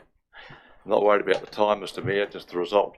Okay, time is not of the essence. That's fine. We will get to it, and as fast as we can with the workload they have got. Councillor Mackay? I hope this question's okay. Are we able to notify Mr. Ross when we're actually debating it?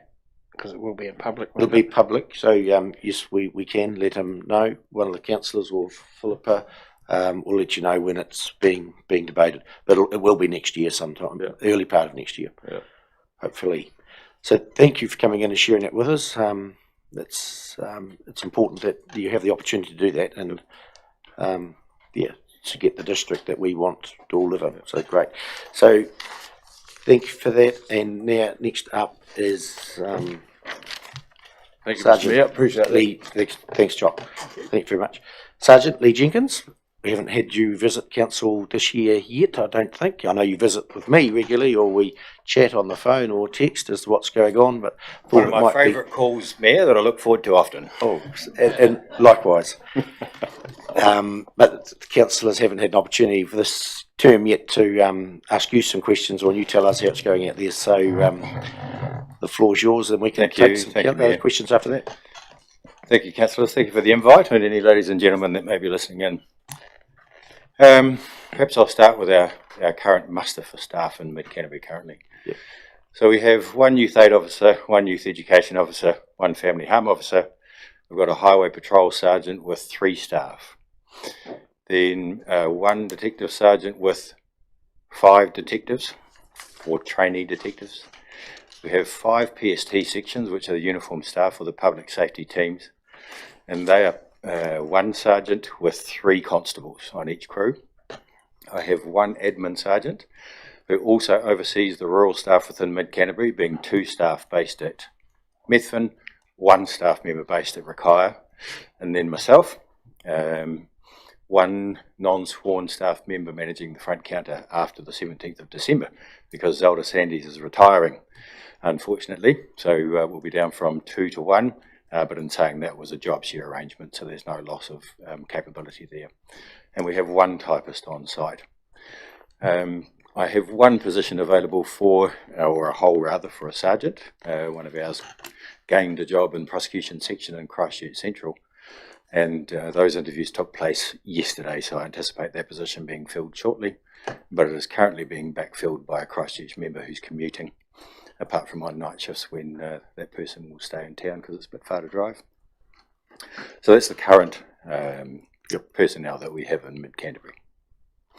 There is a possibility of an intel officer being allocated to Ashburton Station, but to date I haven't yet to see anything written. I've just heard words, so until I see anything written, that's not a confirmation. But I understand that the Commissioner, with his wish to double crew dog wagons, he also wishes to increase the capability of intel. And we used to have an intelligence officer based at Ashburton, and that position was sucked into Christchurch Central about maybe 5 or 6 years ago. So currently we're serviced by an intel officer based at Timaru Station, and that person has the responsibility for the entire Aoraki area, which includes all the way down to the Waitaki River, so that's quite a big area for that person to manage. Any questions out of that? Councillor Wilson. Yes, thanks. Good afternoon. What was the total? I couldn't keep track of all the... Yeah, I'd have to start again and we'll do the maths together. About 45. 45. About 45. I did reel them all out, but I had my fingers moving, but I wasn't adding as I went. So it's about that many. And a supplementary, do you have any armed offenders squad members in Ashburton? No, we do not. We're serviced by both Christchurch and or Timaru. We have some staff members that would like to join the AOS, but when that becomes a reality for them, they have to move. We cannot have any members based here. Councillor Cameron. So are you satisfied that we have enough police in the district to service our requirements? Oh yes, I'm grateful for the level of staffing that we have now as opposed to when I first arrived. I think we are managing quite well. And with regards to crime in the district, how's that tracking or not tracking? So we had a spike in volume crime recently. We had a short spree where 5 cars were taken, about 11 cars broken into. That resulted in 2 offenders being located who weren't Mid-Canterbury locals. They'd come here from Christchurch, both of whom are now currently, courtesy of Her Majesty, in Christchurch Men's Prison awaiting their day in court. And that spree has subsequently subsided. So business as usual currently. Councillor Latham. Thank you, Mr. Mayor. What's your biggest challenge you've got at the moment, and is there something a council can do to assist? Biggest challenge I have currently is retention of staff. So the police are going through a transition where older staff are entering into retirement, and our ranks are being bolstered by new recruits. Used to be that you had to have what's called permanent appointment. So if I can just explain, you recruit for the police, you get sent to police college. It used to be a 6-month time frame at police college, and then upon graduating you were sent to district, and it was the district's responsibility to train that officer for a period of 2 years, and that officer had to sit examinations during that period, and at the end of the time frame, if the examinations were satisfactory as well as the supervisors were satisfied, then they would become a permanently appointed constable. That time frame at college is now cut down to about 3 to 4 months, and they tell me that the average birth date of a police officer in New Zealand is 1969, and I was told this 3 years ago when I was at police college, and they anticipated in 5 years' time it was going to be 1996. So for rural stations such as Ashburton, you used to have to be a permanently appointed constable, which meant you'd had at least 2 years service, if not longer. When I first arrived here, I'd estimate the average experience in the muster room or the uniform staff would have been an easy 6 to 14 plus years. I've got 19-year-old and 20-year-old fresh graduates from college currently filling our ranks. I've had one arrive this month. I've got one recruit arriving next month, and I have 4 more penciled in to come here next year. So to answer your question, when you join the police, you may have designs on being a detective, a dog handler in the AOS. Can't offer any of that here. So they're here for a period of perhaps 2 years, and then they look to go to the metro areas in order to fulfill their ambition within this organisation. So that's probably our biggest challenge currently is 1, retaining staff, and 2, getting them to live in district, because I'd estimate 40 if not 50% of my staff live out of district and commute, which is interesting. Mm-hmm. Councillor Brown. Thank you, Neil. Just a question. I saw something in the paper last week that was going to be a party here in Ashburton from people from outside.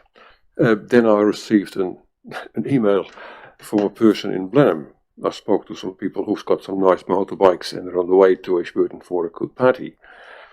And I thought, oh, that might be interesting. But I didn't hear anything at all. Is it been, or... You're referring to the mongrel mob gathering? I think so. I Yes. think it is. Yeah. Yes, so there was a gathering in the weekend. There were 20 COVID jabs issued out as far as I'm being made aware. I was actually out of district for the last 2 weeks, come back on Monday. So, as I understand it, they have a hui once every 6 months somewhere within New Zealand, and it alternates. And this time it happened to be Ashburton's turn.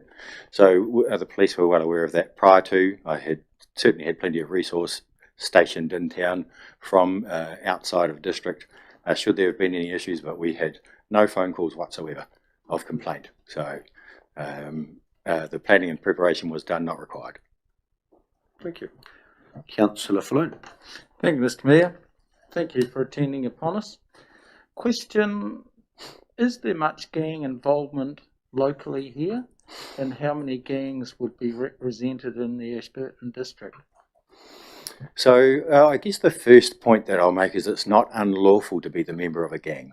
The police are only engaged to police behaviour.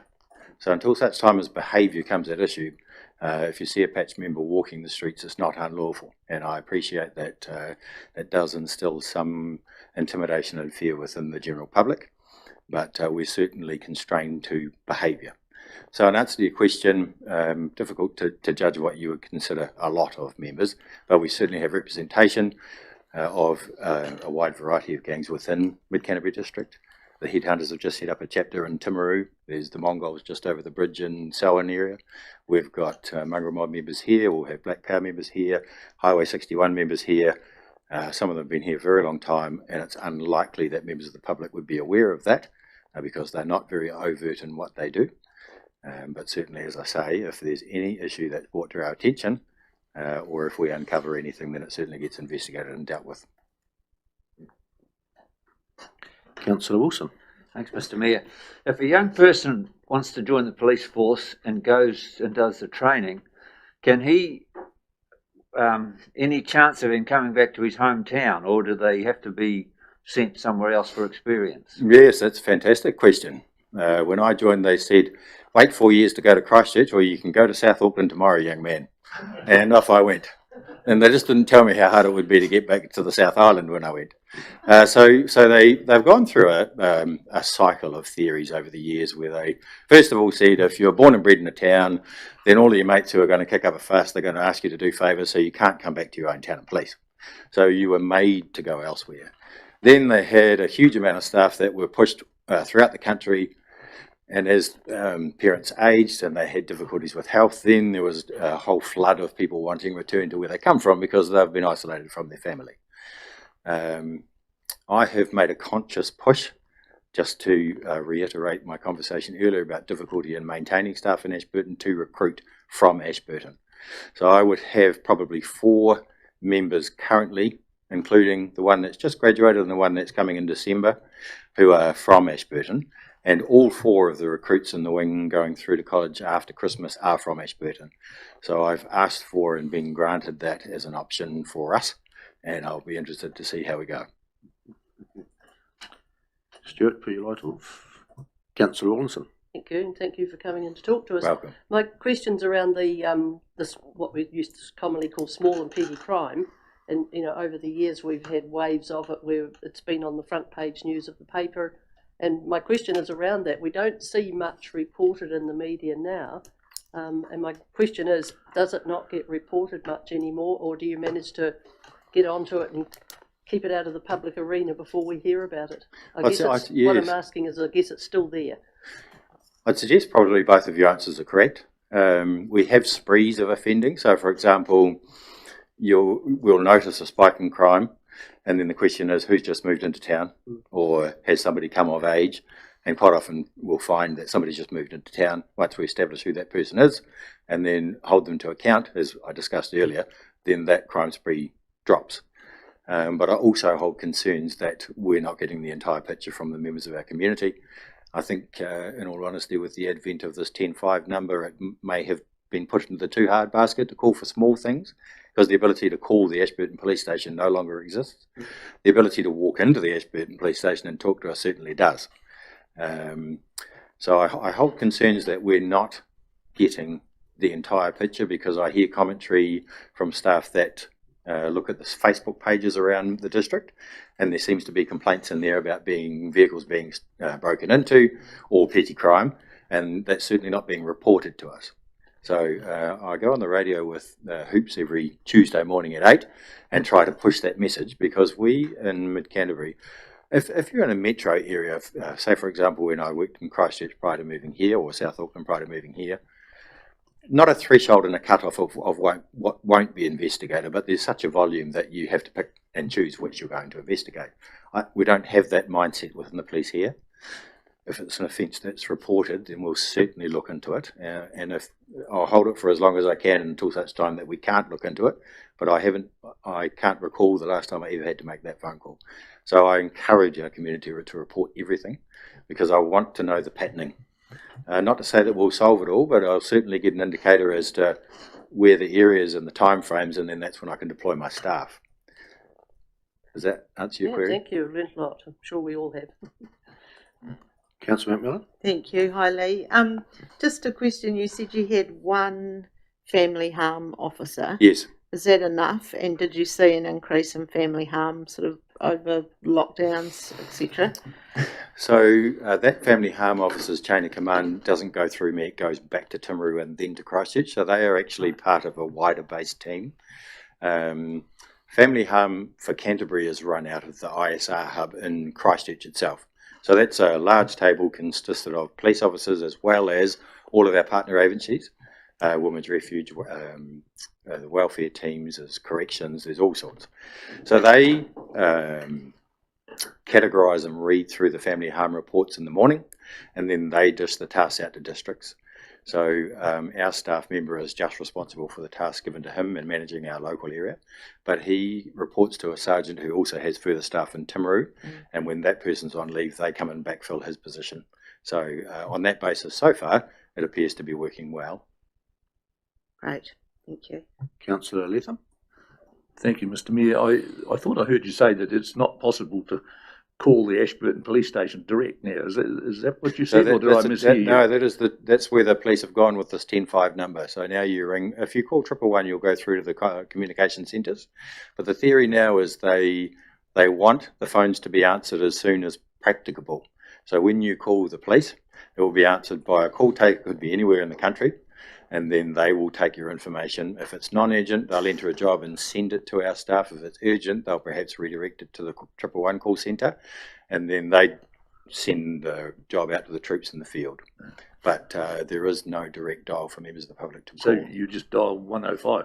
105, yes. But as I say, if anybody wants to talk to us or me directly, then they can come into the station at any time, when it's open, of course. Councillor Brown.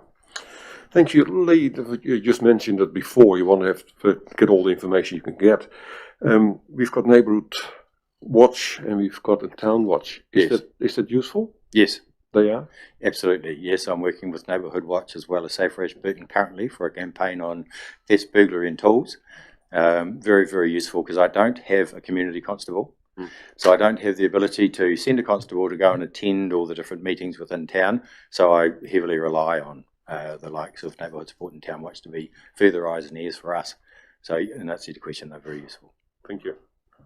Councillor Lovett? I was going to say, you seem to be having a lot of these younger recruits coming in. Yes.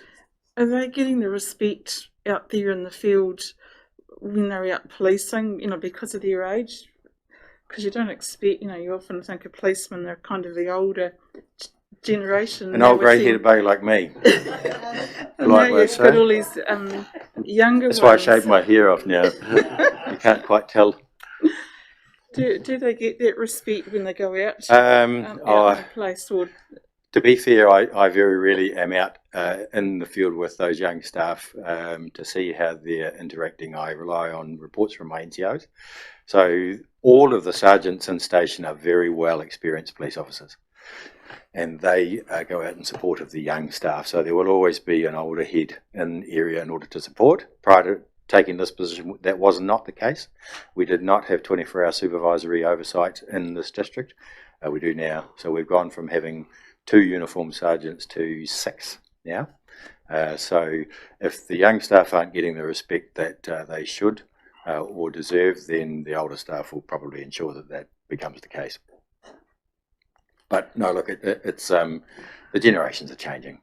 The attitudes are changing, and certainly from my time in starting the police to now, there's been considerable change just within the New Zealand culture, full stop.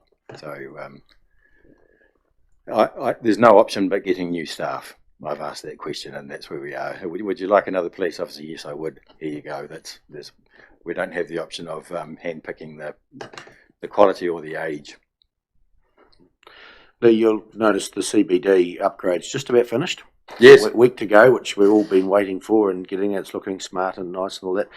The speed limit's been lowered to 30.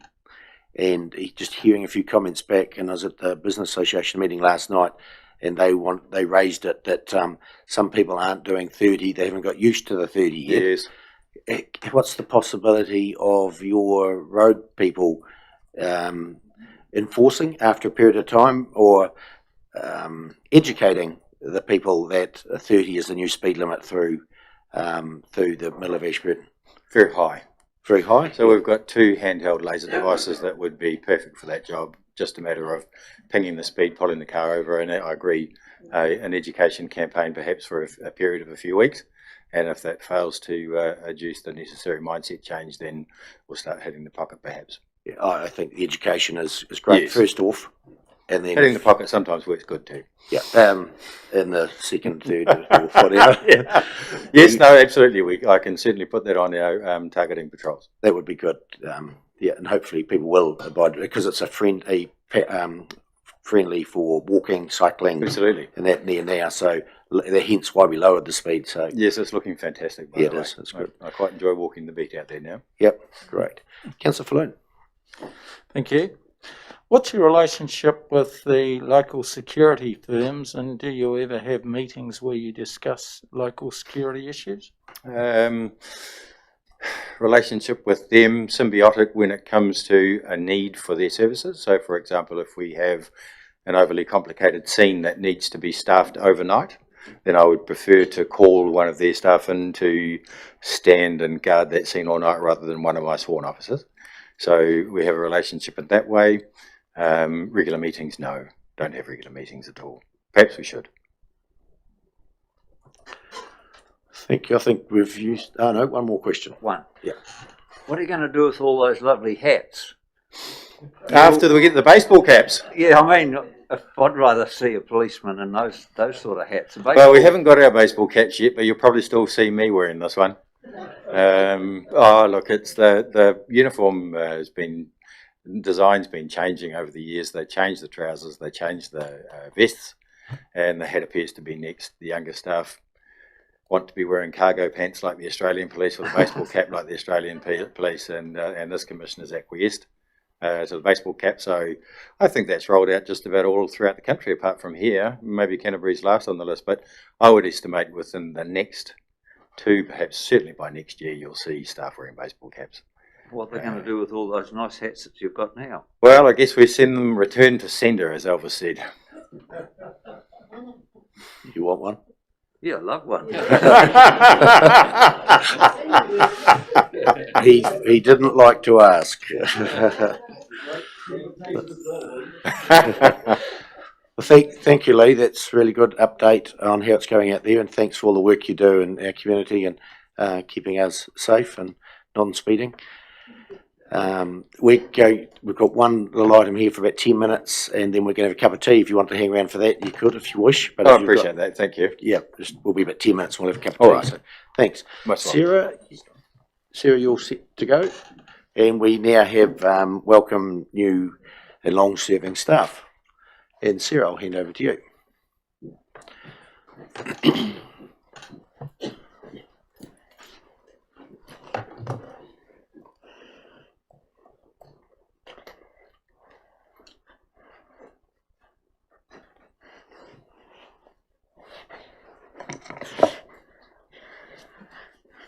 Hi, thank you very much, Mr Mayor, for this opportunity to introduce 2 new staff members and also recognise 3 staff who have had service recognition milestones recently.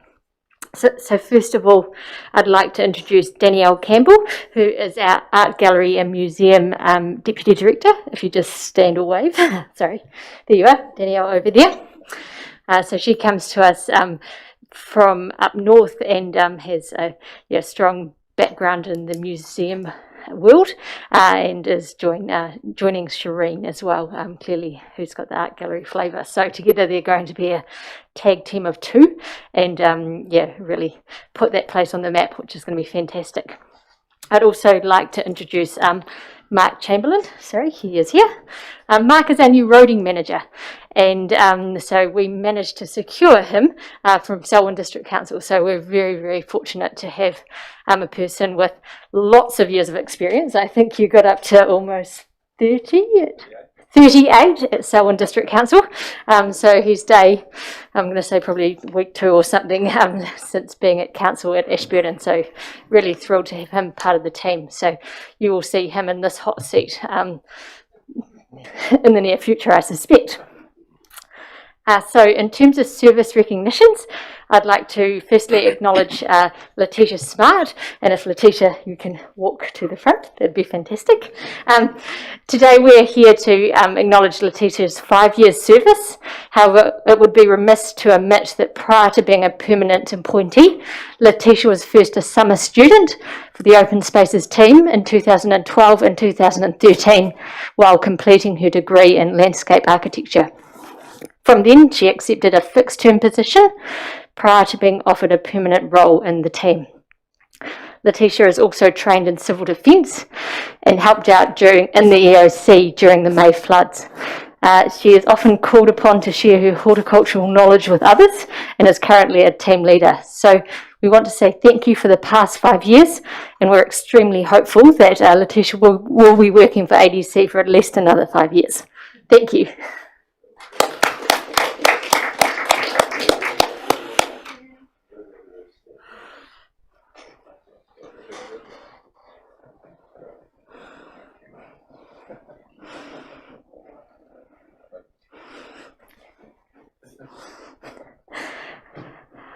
Hi, and I'd also like to acknowledge Lynn Mcgregor, and if you don't mind, please standing forward. Lynn also started with ADC in 2016 and has recently completed 5 years of service. Lynn is one of our Learn to Swim instructors at EA Networks. In 2017, she completed her Level 3 National Certificate in Recreation and Sport, specialising in swim education. Lynn has recently expanded her teaching role and also now teaches older students as part of the swimming squads. Lynn is a Learn to Swim instructor who is often asked for by name. She is willing to help out and provides cover many times for team members who can't attend their lessons. We also hope that she continues in her role and stays working with council. So thank you very much.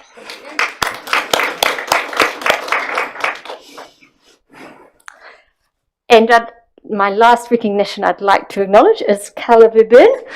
Carla started working with council in 2006, so just over 15 years ago. Initially her role was that of part-time library assistant, and while she continues to do this role while juggling all these other commitments out in the community, she has worked for us on full-time periods of time covering absences, and also helps out and works different hours when needed. To this end, in late 2019, Carla agreed to accept the offer of a lifetime to also learn the duties of our customer services team, and inadvertently was the leading light, as now all library assistants are participating in cross-training in frontline customer services duties.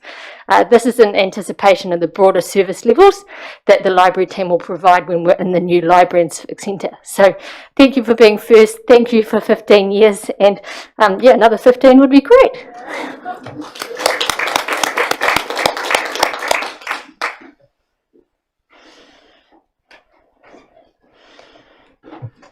Thank you, Sarah. That's well done, and thank you. Welcome to all new staff, and well done to all those who have done those years of service for our community. It's much appreciated, and long may it last. We're going to have a break now for afternoon tea, and just before we go, I would just was checking my emails before and talk about COVID, and we are around the council table now 100% vaccinated in the council laws and mayor, and it is important because we now have COVID in Christchurch, so we know it's coming and it's getting closer, so the only way you're going to protect yourselves is vaccination. So we are all done, the leaders of the community, so well done. And no council food, we will still need the mask for a certain period of time until we get that traffic light system, I think. So we'll break now for a cup of tea, and next back will be Ross Boma. Thank you.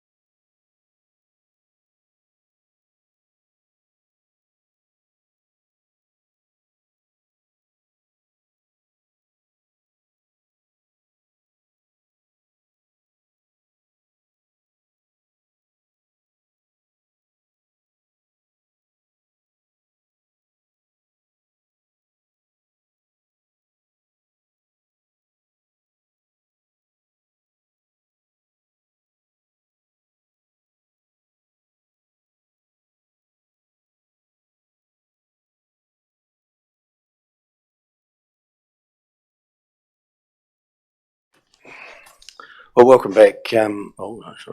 Welcome back, councillors, from the afternoon tea break.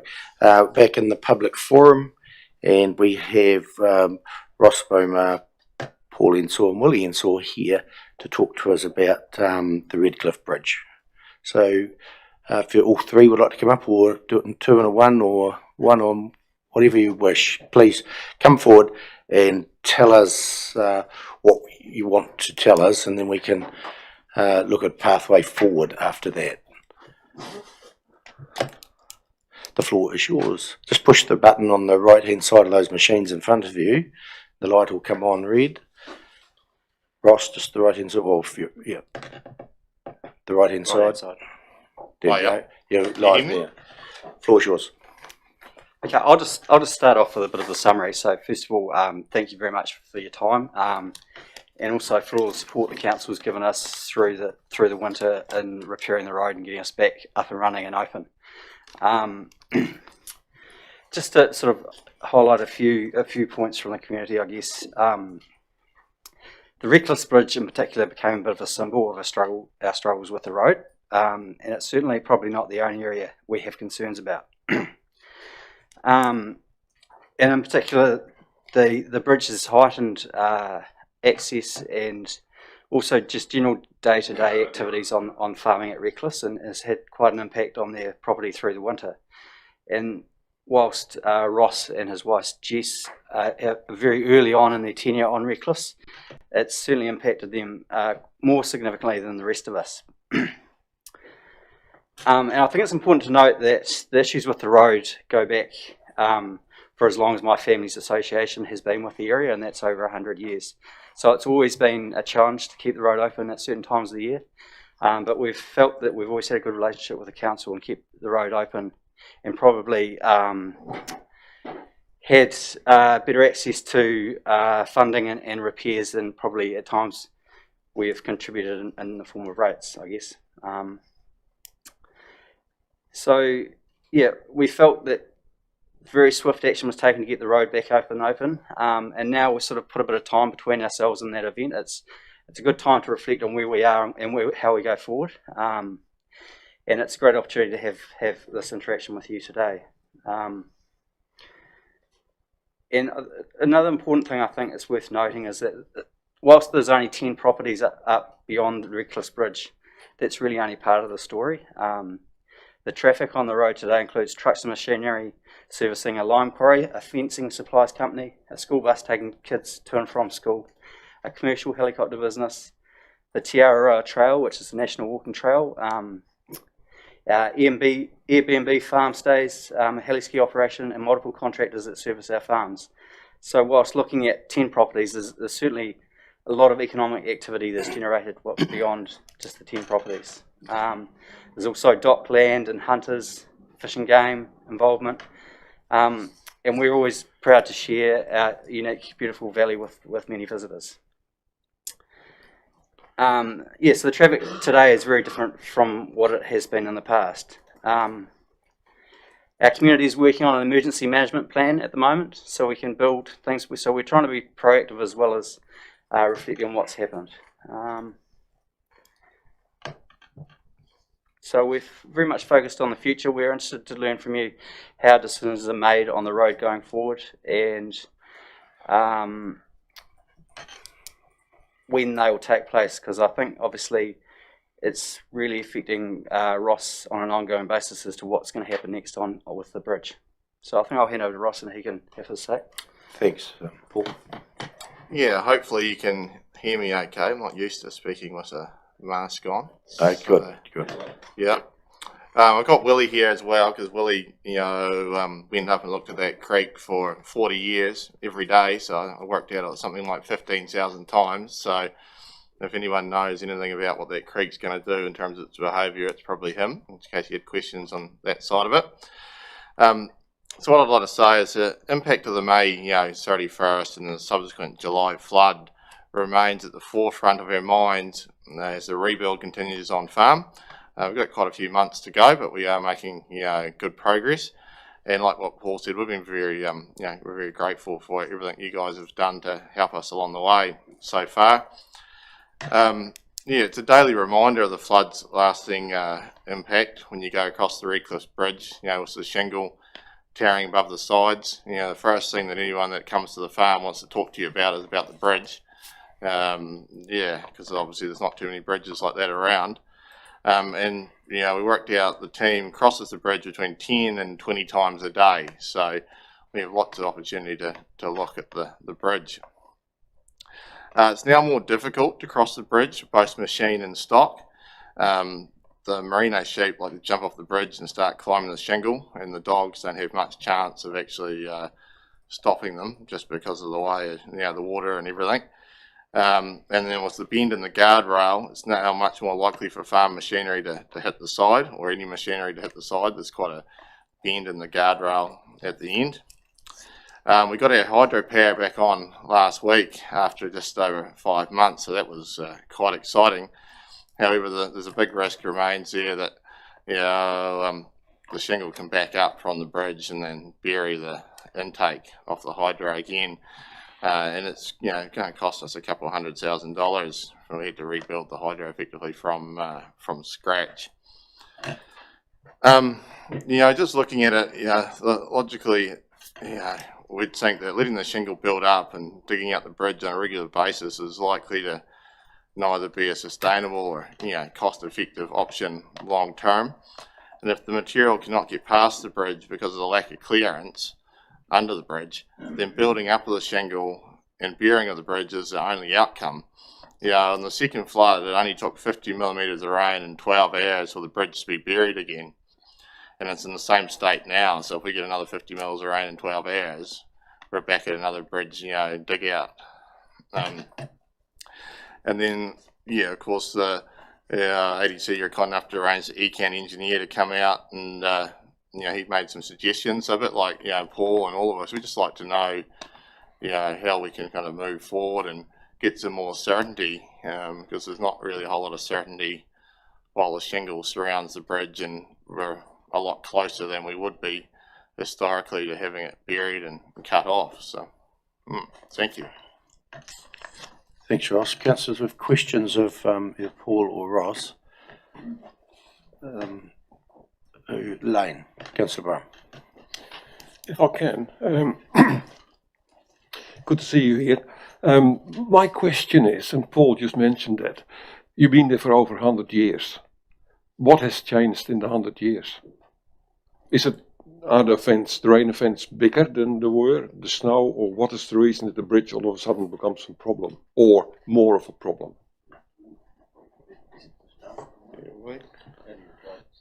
Just on the right hand side there, Ollie. Yep. Councillor Brown, my observation would be that we had a 1 in 100 year event, and I haven't been right up the creek, but there's a section where I think the creek's undermined it. There's some quite high shingle cliffs between two branches of the creek, and that's a big chunks fallen in with that flood. That was definitely the biggest flood I've known in my lifetime. But when you look at the results of that flood, you can see it's happened before, probably historically, and why there are certain terraces and why the creek's cut back down through it. And the optimist in me would say that this has been one of those events, and you can see the way the creek's resetting its course. And I think the second flood that Ross talked about probably cleared a lot of the debris left behind in the first flood. So in the normal scheme of things, you'd hopefully it would settle down as long as we don't get another 12-inch rain. So yeah, that's probably all I can say on that subject. Councillor Falloon. Thank you, Mr. Mayor. Ross, I take it this creek is right in the middle of your farm, is it? Yeah, just out from the house, about 500 metres from the house. So, yeah. So what do you guys see as a permanent long-term solution to the problem?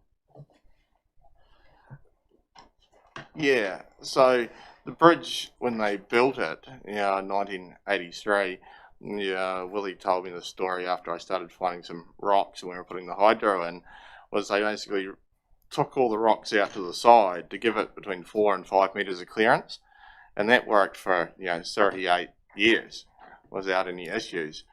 So ideally, if it could be put back to the way it was designed for in the beginning, assuming we don't believe that these 1 in 100 year events are, 1 in 20 year events, we should be right for a long period of time.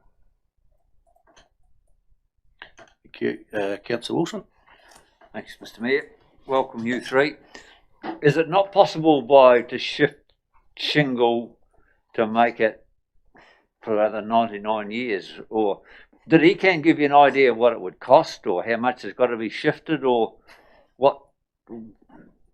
As councillors, we sort of want a bit of an idea what the cost would be involved. As you know, we're under pressure with potholes and everything else at the moment, so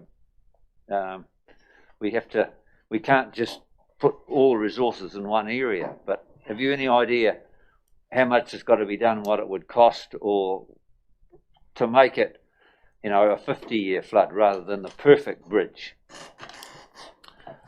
No, we don't know exactly what the cost is going to be. I think Neil, your team was going to do some work on determining, what the cost would be. I can tell you from our own experience in the creek with our hydro, situation, if you start moving some of those big rocks out of the way, the creek will then start doing a lot of the work itself. So if you just start by moving some of the big rocks, and then leaving it for a while, it'll cut itself down, and then you go move more big rocks. It'll get rid of a lot of the fines. It'll cost you a lot more if you go in there and suddenly camp up for a month and start carting all the fines away. You want the water to do a lot of the work for you, but that means you have to kind of do a bit and leave it for a bit and then do a bit more. Supplementary, is it bulldozer work or digger work rather than carting it? It's both bulldozer and digger work. Bulldozer on the fines and diggers on the big stuff. So, Councillor Lovett. I'm just going to ask: has there ever been a road counter on the road to see how many people go up there, or have you got an idea of the traffic that use that particular road? On a daily or a monthly, or? There was a road counter in the last 4 or 5 years, I think. So I gave you some numbers. Don't hold them to me, but do you know this? No, that's right. I think the numbers dropped off past Redcliffs where the quarry traffic stopped, which is a couple of kilometres past Redcliffs, but it was over 30 vehicle movements a day on the public road. It doesn't matter if you don't. Okay, so it is quite a well-used road. Thank you. Your hydro station, Ross, do you insure that? Can you insure it? Yeah, it's insured. But not all of it. They don't pay for movement of, soil and debris and the like. So, whilst you can reinstate all of the gear, a lot of the work is actually just moving all the equipment out of the way. All the, fill basically. And just, you mentioned the guardrail. What's wrong with the guardrail? So the guardrail's got a big bend in it because when the flood occurred, the creek as it built up in the centre went to the sides and it went through the approach. And with all the water going through the approach, it just bent the guardrail. So it's now got a big bend in it. So it hasn't been straightened from the event? No, it hasn't been straightened. Yep. Thanks. Liz? Thank you. I've been up a couple of times to have a look at the bridge since the flood, and I know that July rain really gave you quite a bit of grief as well. But how's the rest of the road looking beyond the bridge? Is it? I mean, if we can just keep the bridge open, is the rest of the road okay, or is there a bit more work to do sort of up that way as well? Thanks, Liz. I think there are a couple of areas which are of concern. Probably one Whiskey Creek, which is east of the bridge, and one west of the bridge. But generally, to give you an idea, I think it takes me 10 minutes longer to get down the road to Methven than it used to. So the road's a lot rougher. There's a couple of new creeks that weren't there before and culverts that haven't been replaced. So there is work to do, but we're all very pleased to have access. That's primarily the thing. We can't run our businesses without having reliable access. If we've got livestock going to the processing plant, we need to know we're going to be able to get them out on that day, and that's more important to us than taking 10 minutes longer to get down the road, if you know what I mean. So hopefully that answers your question. Thanks. Councillor Wilson. Thank you. I used to go up the Rakaia Gorge a lot, but that was when Charlie Ensor was up there. My question was around local knowledge. I mean, you guys have lived there a long, long time. And my question is around between your knowledge and probably John Harmer's done most of the work, hasn't he? And I have heard him talking about it. But have you got a plan, or maybe you've got a solution that you would like to see carried out? I think, well, none of us are river engineers, but Ian Heslop from ECAN did suggest a plan, which I think most of us would agree was a good way to move forward. So I think Neil's seen that as well. So it would be that's probably where we're interested in moving forward, is how we can maybe action some of the ideas that he suggested in that plan. Okay, thanks. Because where I was leading to is nothing worse than if you see it one way and an expert who doesn't live up there sees it another way, how you ever get the best answer.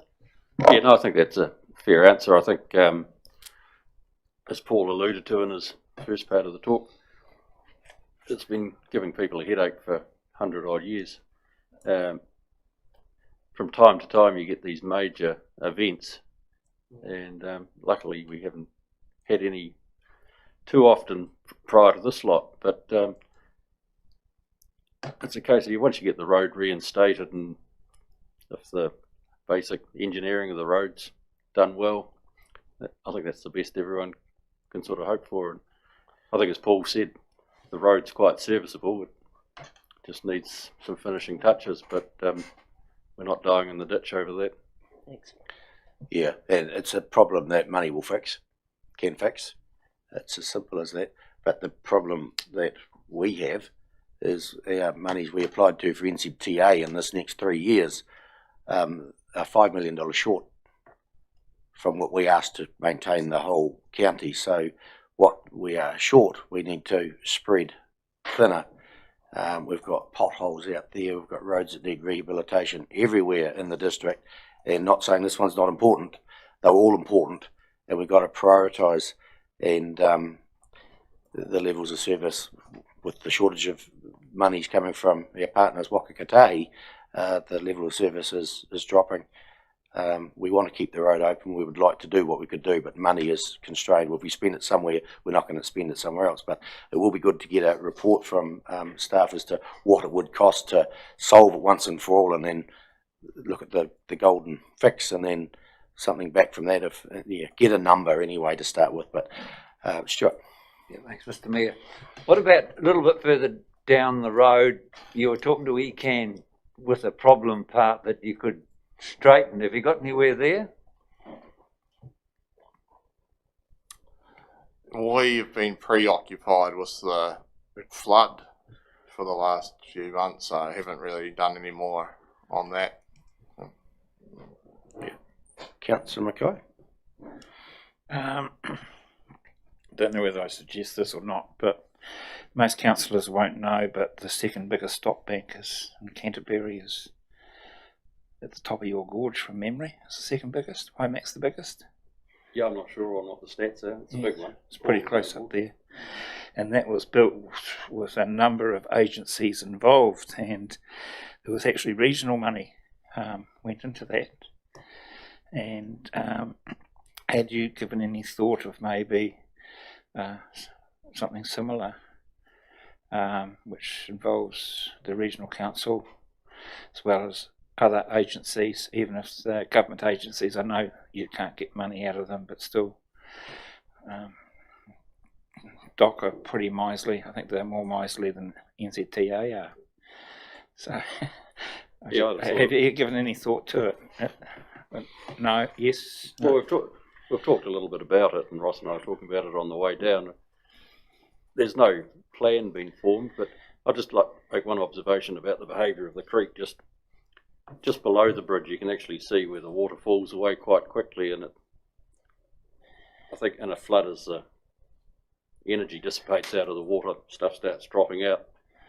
It's taking the fines away that have gone further, and there's a lot of work to be done with a machine to clear it, but I don't think it's as big a job as it at first looks when you look at the whole thing. And I suppose I'll just flag the issue that it's probably a several $1 million asset that the council owns in that creek. So it's probably in the community's interest that that's protected too, but I'm not sure how you do it, but if you could get support from ECAN and what other national bodies, that would obviously be positive. Oh, I have to wait for the report on that. I'll have to wait. Does anyone, you talked about if you pluck the big rocks out and you let the water do the removing the fines, does anyone take the big rocks out for use somewhere else? Yeah, well, apparently we're too far away for them to be of a whole lot of use. Yeah. But yeah, it definitely works. If you pull the big rocks out, the little ones move on down the creek and get out of the way. So, It's a solution, but it's got a cost to it. Yeah. Yeah. Yeah. Oh, it's got to think. Oh, Councillor Brown, last question. Yeah, one more question, Ross. So you farm with the creek in the middle of your property, or somewhere in the middle, that's correct. Close to the house. So how the heck do you do it if the bridge is out? You can't. Oh, it wasn't very good. Yeah, we became reliant on helicopters, and we just had to open all the gates and just let everything out onto the hill, basically, and hope they are still alive. You know, a few days later, we could get another helicopter to fly us over. So, yeah. So how long couldn't you use your farm? The first time was about a week, before it was opened, and the second time was 4 days. But when you're in the middle of the winter, as the farmers here will know, you got to feed the stock every day. Sometimes twice a day. And so when you've suddenly got a raging river in front of you that you can't cross, it's got big waves going down it that are 2 meters high. Yeah, you've only got the helicopter as the only option, and then you walk from there. So, Thank you. Great. All questions asked, I think, and good answers. Neil, can we have a report looking at some options, some costings as to what would require to fix it, and to come back to council to make a decision, and if we have the money even to do a long-term fix or a short-term fix, to bring some options to it? Yeah, certainly can. We'll get some survey work done, liaise with ECAN, River Engineer, and come up with several options in the report with costs to present to council. Okay, thank you. Angus? No, the words to liaise with the ECAN River Engineers are good. Doing there, yep. Great. So thank you very much, gentlemen, for coming in and sharing your concern. It's good that you do. I know we've been up there. I've been up there, and we've chatted, and it's just something that keeps reoccurring. So it's good to try and get a pathway forward. Anyway. Yep. Yeah. No, it's very much appreciated. You give us the opportunity to come down, and you've come up as well. So. Yep. Thanks very much. Great. All right. Thank you, councillors. Thank you. We'll move on now to item number 13, which is the Mayor's report. And in the Mayor's calendar there, on the 4th of November, Industry Training Awards, it says Deputy Mayor Macmillan deputised. Well, that is incorrect. It was Councillor Mackay who deputised, and thank you for doing that, Angus. The Deputy Mayor was there handing out. She was there as well, but you were the official attendee on the night. So thank you for doing that, because I was away. Just 13.1, Three Waters reform, and obviously there's been a little bit happening for the last 2 weeks of what's been going on. So what I've sent out to you all was a memorandum of understanding, which has come from mainly led by Wamakariri and council up north, who just slips my mind. Whangarei, not Whangarei, no, Manawatu, that's it. Yeah, so the memorandum of understanding there, who they are putting together a little team to talk to government about, so it's in the memorandum there, ways forward, pathways forward of working with government for a different solution to the one they've got. Whether it's successful or not, we don't know and won't know until it is tried. There's a cost in there of sharing arrangement. It would cost this council $15,000 to join that group of people to liaise with government. We can't make that decision here now. We need a report back. So I'll ask the Chief Executive to do a report for the next council meeting with this memorandum of understanding as the basis of it, and and then come back and ask whether we commit to that or not. Also, what's been going on, you'll have also sent you a item that was served upon the government last Friday. The QC has been appointed, commissioned by Timaru, Waimakariri and Whangarei district councils in the High Court with against the government on some points of law there. We have not joined that at this stage, but we may also consider that at that next meeting as well, whether we want to join that legal action.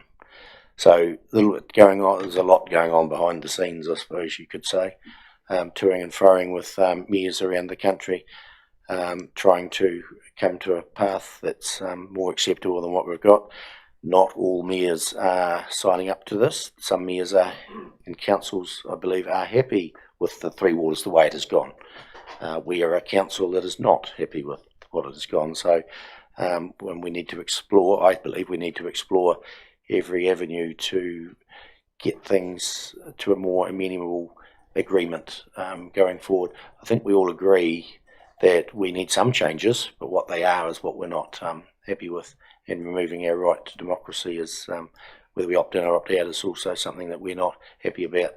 So that's basically on Three Waters. Happy to take questions. Councillor McMillan. Thank you. My question, I've got two questions, but the first one is the recommendation we made for you to sign that letter to go through to the Prime Minister. How many councils ended up signing that, and has there been a response? The letter has gone to the Prime Minister. There hasn't been a response yet, and I don't know the number, but I did, last time I was contacted with Waimakariri Mayor, he said he had about 30, but it hadn't finished at that stage. It's because every council was putting it through their council meeting, so they had to line up for the council meetings. But that information will come out in the near future, no doubt, how many did sign it. But the letter has gone now. Okay. The other question I had, I saw that Huronui District Council have gone out for consultation, and they also had a public meeting last Sunday up at the Glenmark Rugby Club, and I watched a wee bit of it online. Is that something we could do as a council, and how would we do it? Very good question. You could do anything, I suppose. It depends on what you're trying to achieve. I'm not sure what that achieved up there. May have achieved great things. I don't know. I saw a little bit on the news of it. I'd like the path that we're taking at would potentially take at the next, if agreeable, at the next council meeting, and then let things escalate after that. As to what we next steps would be. We need to do it in a planned manner, I think. Councillor Falloon. I think it'll be pay us to look at the report that the CEO puts forward to us. But at the end of the day, I ask the question, what are we going to achieve when the government are just going to come back and say, we've already formed a committee of mayors from nationwide. Why do we need to talk to another group of mayors when we're already talking to some now? So the question, as I say, is what are we hoping to achieve if the government deem not to talk to us? Let's wait for the report, and hopefully it'll be in there what we plan to achieve. Councillor Wilson. Thanks, Neil. Looking at the mayors that are appointed to the panel, what sort of spread have they got? There'll be some in favour. I know some of them obviously in favour and some are against. What sort of, have they gerrymandered the numbers at all, or what's it look like? Yeah, it looks like a 50-50 split to me. Two of the big ones, which is Christchurch and Auckland, were against. And some of the other mayors that are on there are for. So I think it's probably balanced. Perhaps, yeah. Councillor Mackay. Mr Mayor, my question relates back to page 5 of our agenda today, in the council minutes there it says that council right to local government, etc. And then exploring legal remedies. Will that topic be in the report, Chief Executive's report? Possibly should be. We haven't had the letters have gone. We haven't had a reply back. I know the letters have gone. Yep. Mayoral Forum exploring legal remedies to mandating of the Three Waters reform. So will the Chief Executive be covering the topic, Ashburton District Council legal remedies, or do you want a motion today? We can get him to cover that off. We have a Mayoral Forum meeting on Thursday, Friday this week. Yep, which I'm sure will be an agenda item. I know it's an agenda item. Councillor Latham. Thank you, Mr. Mayor. Yeah, it is uncertain what we can do, and I hear what Councillor Falloon is saying. Is it worth it? But I think if we want to represent our ratepayers as well as possible, we must take every step possible to find out how we can, if not stop this process, at least make it the best that we possibly can for our district. I know the Three Waters has been mandated, but we would be derelict in our duty, I think, if we didn't take every opportunity and use every avenue possible to put the best light on it that we can for our ratepayers. Agree. Yep, so we need to explore that.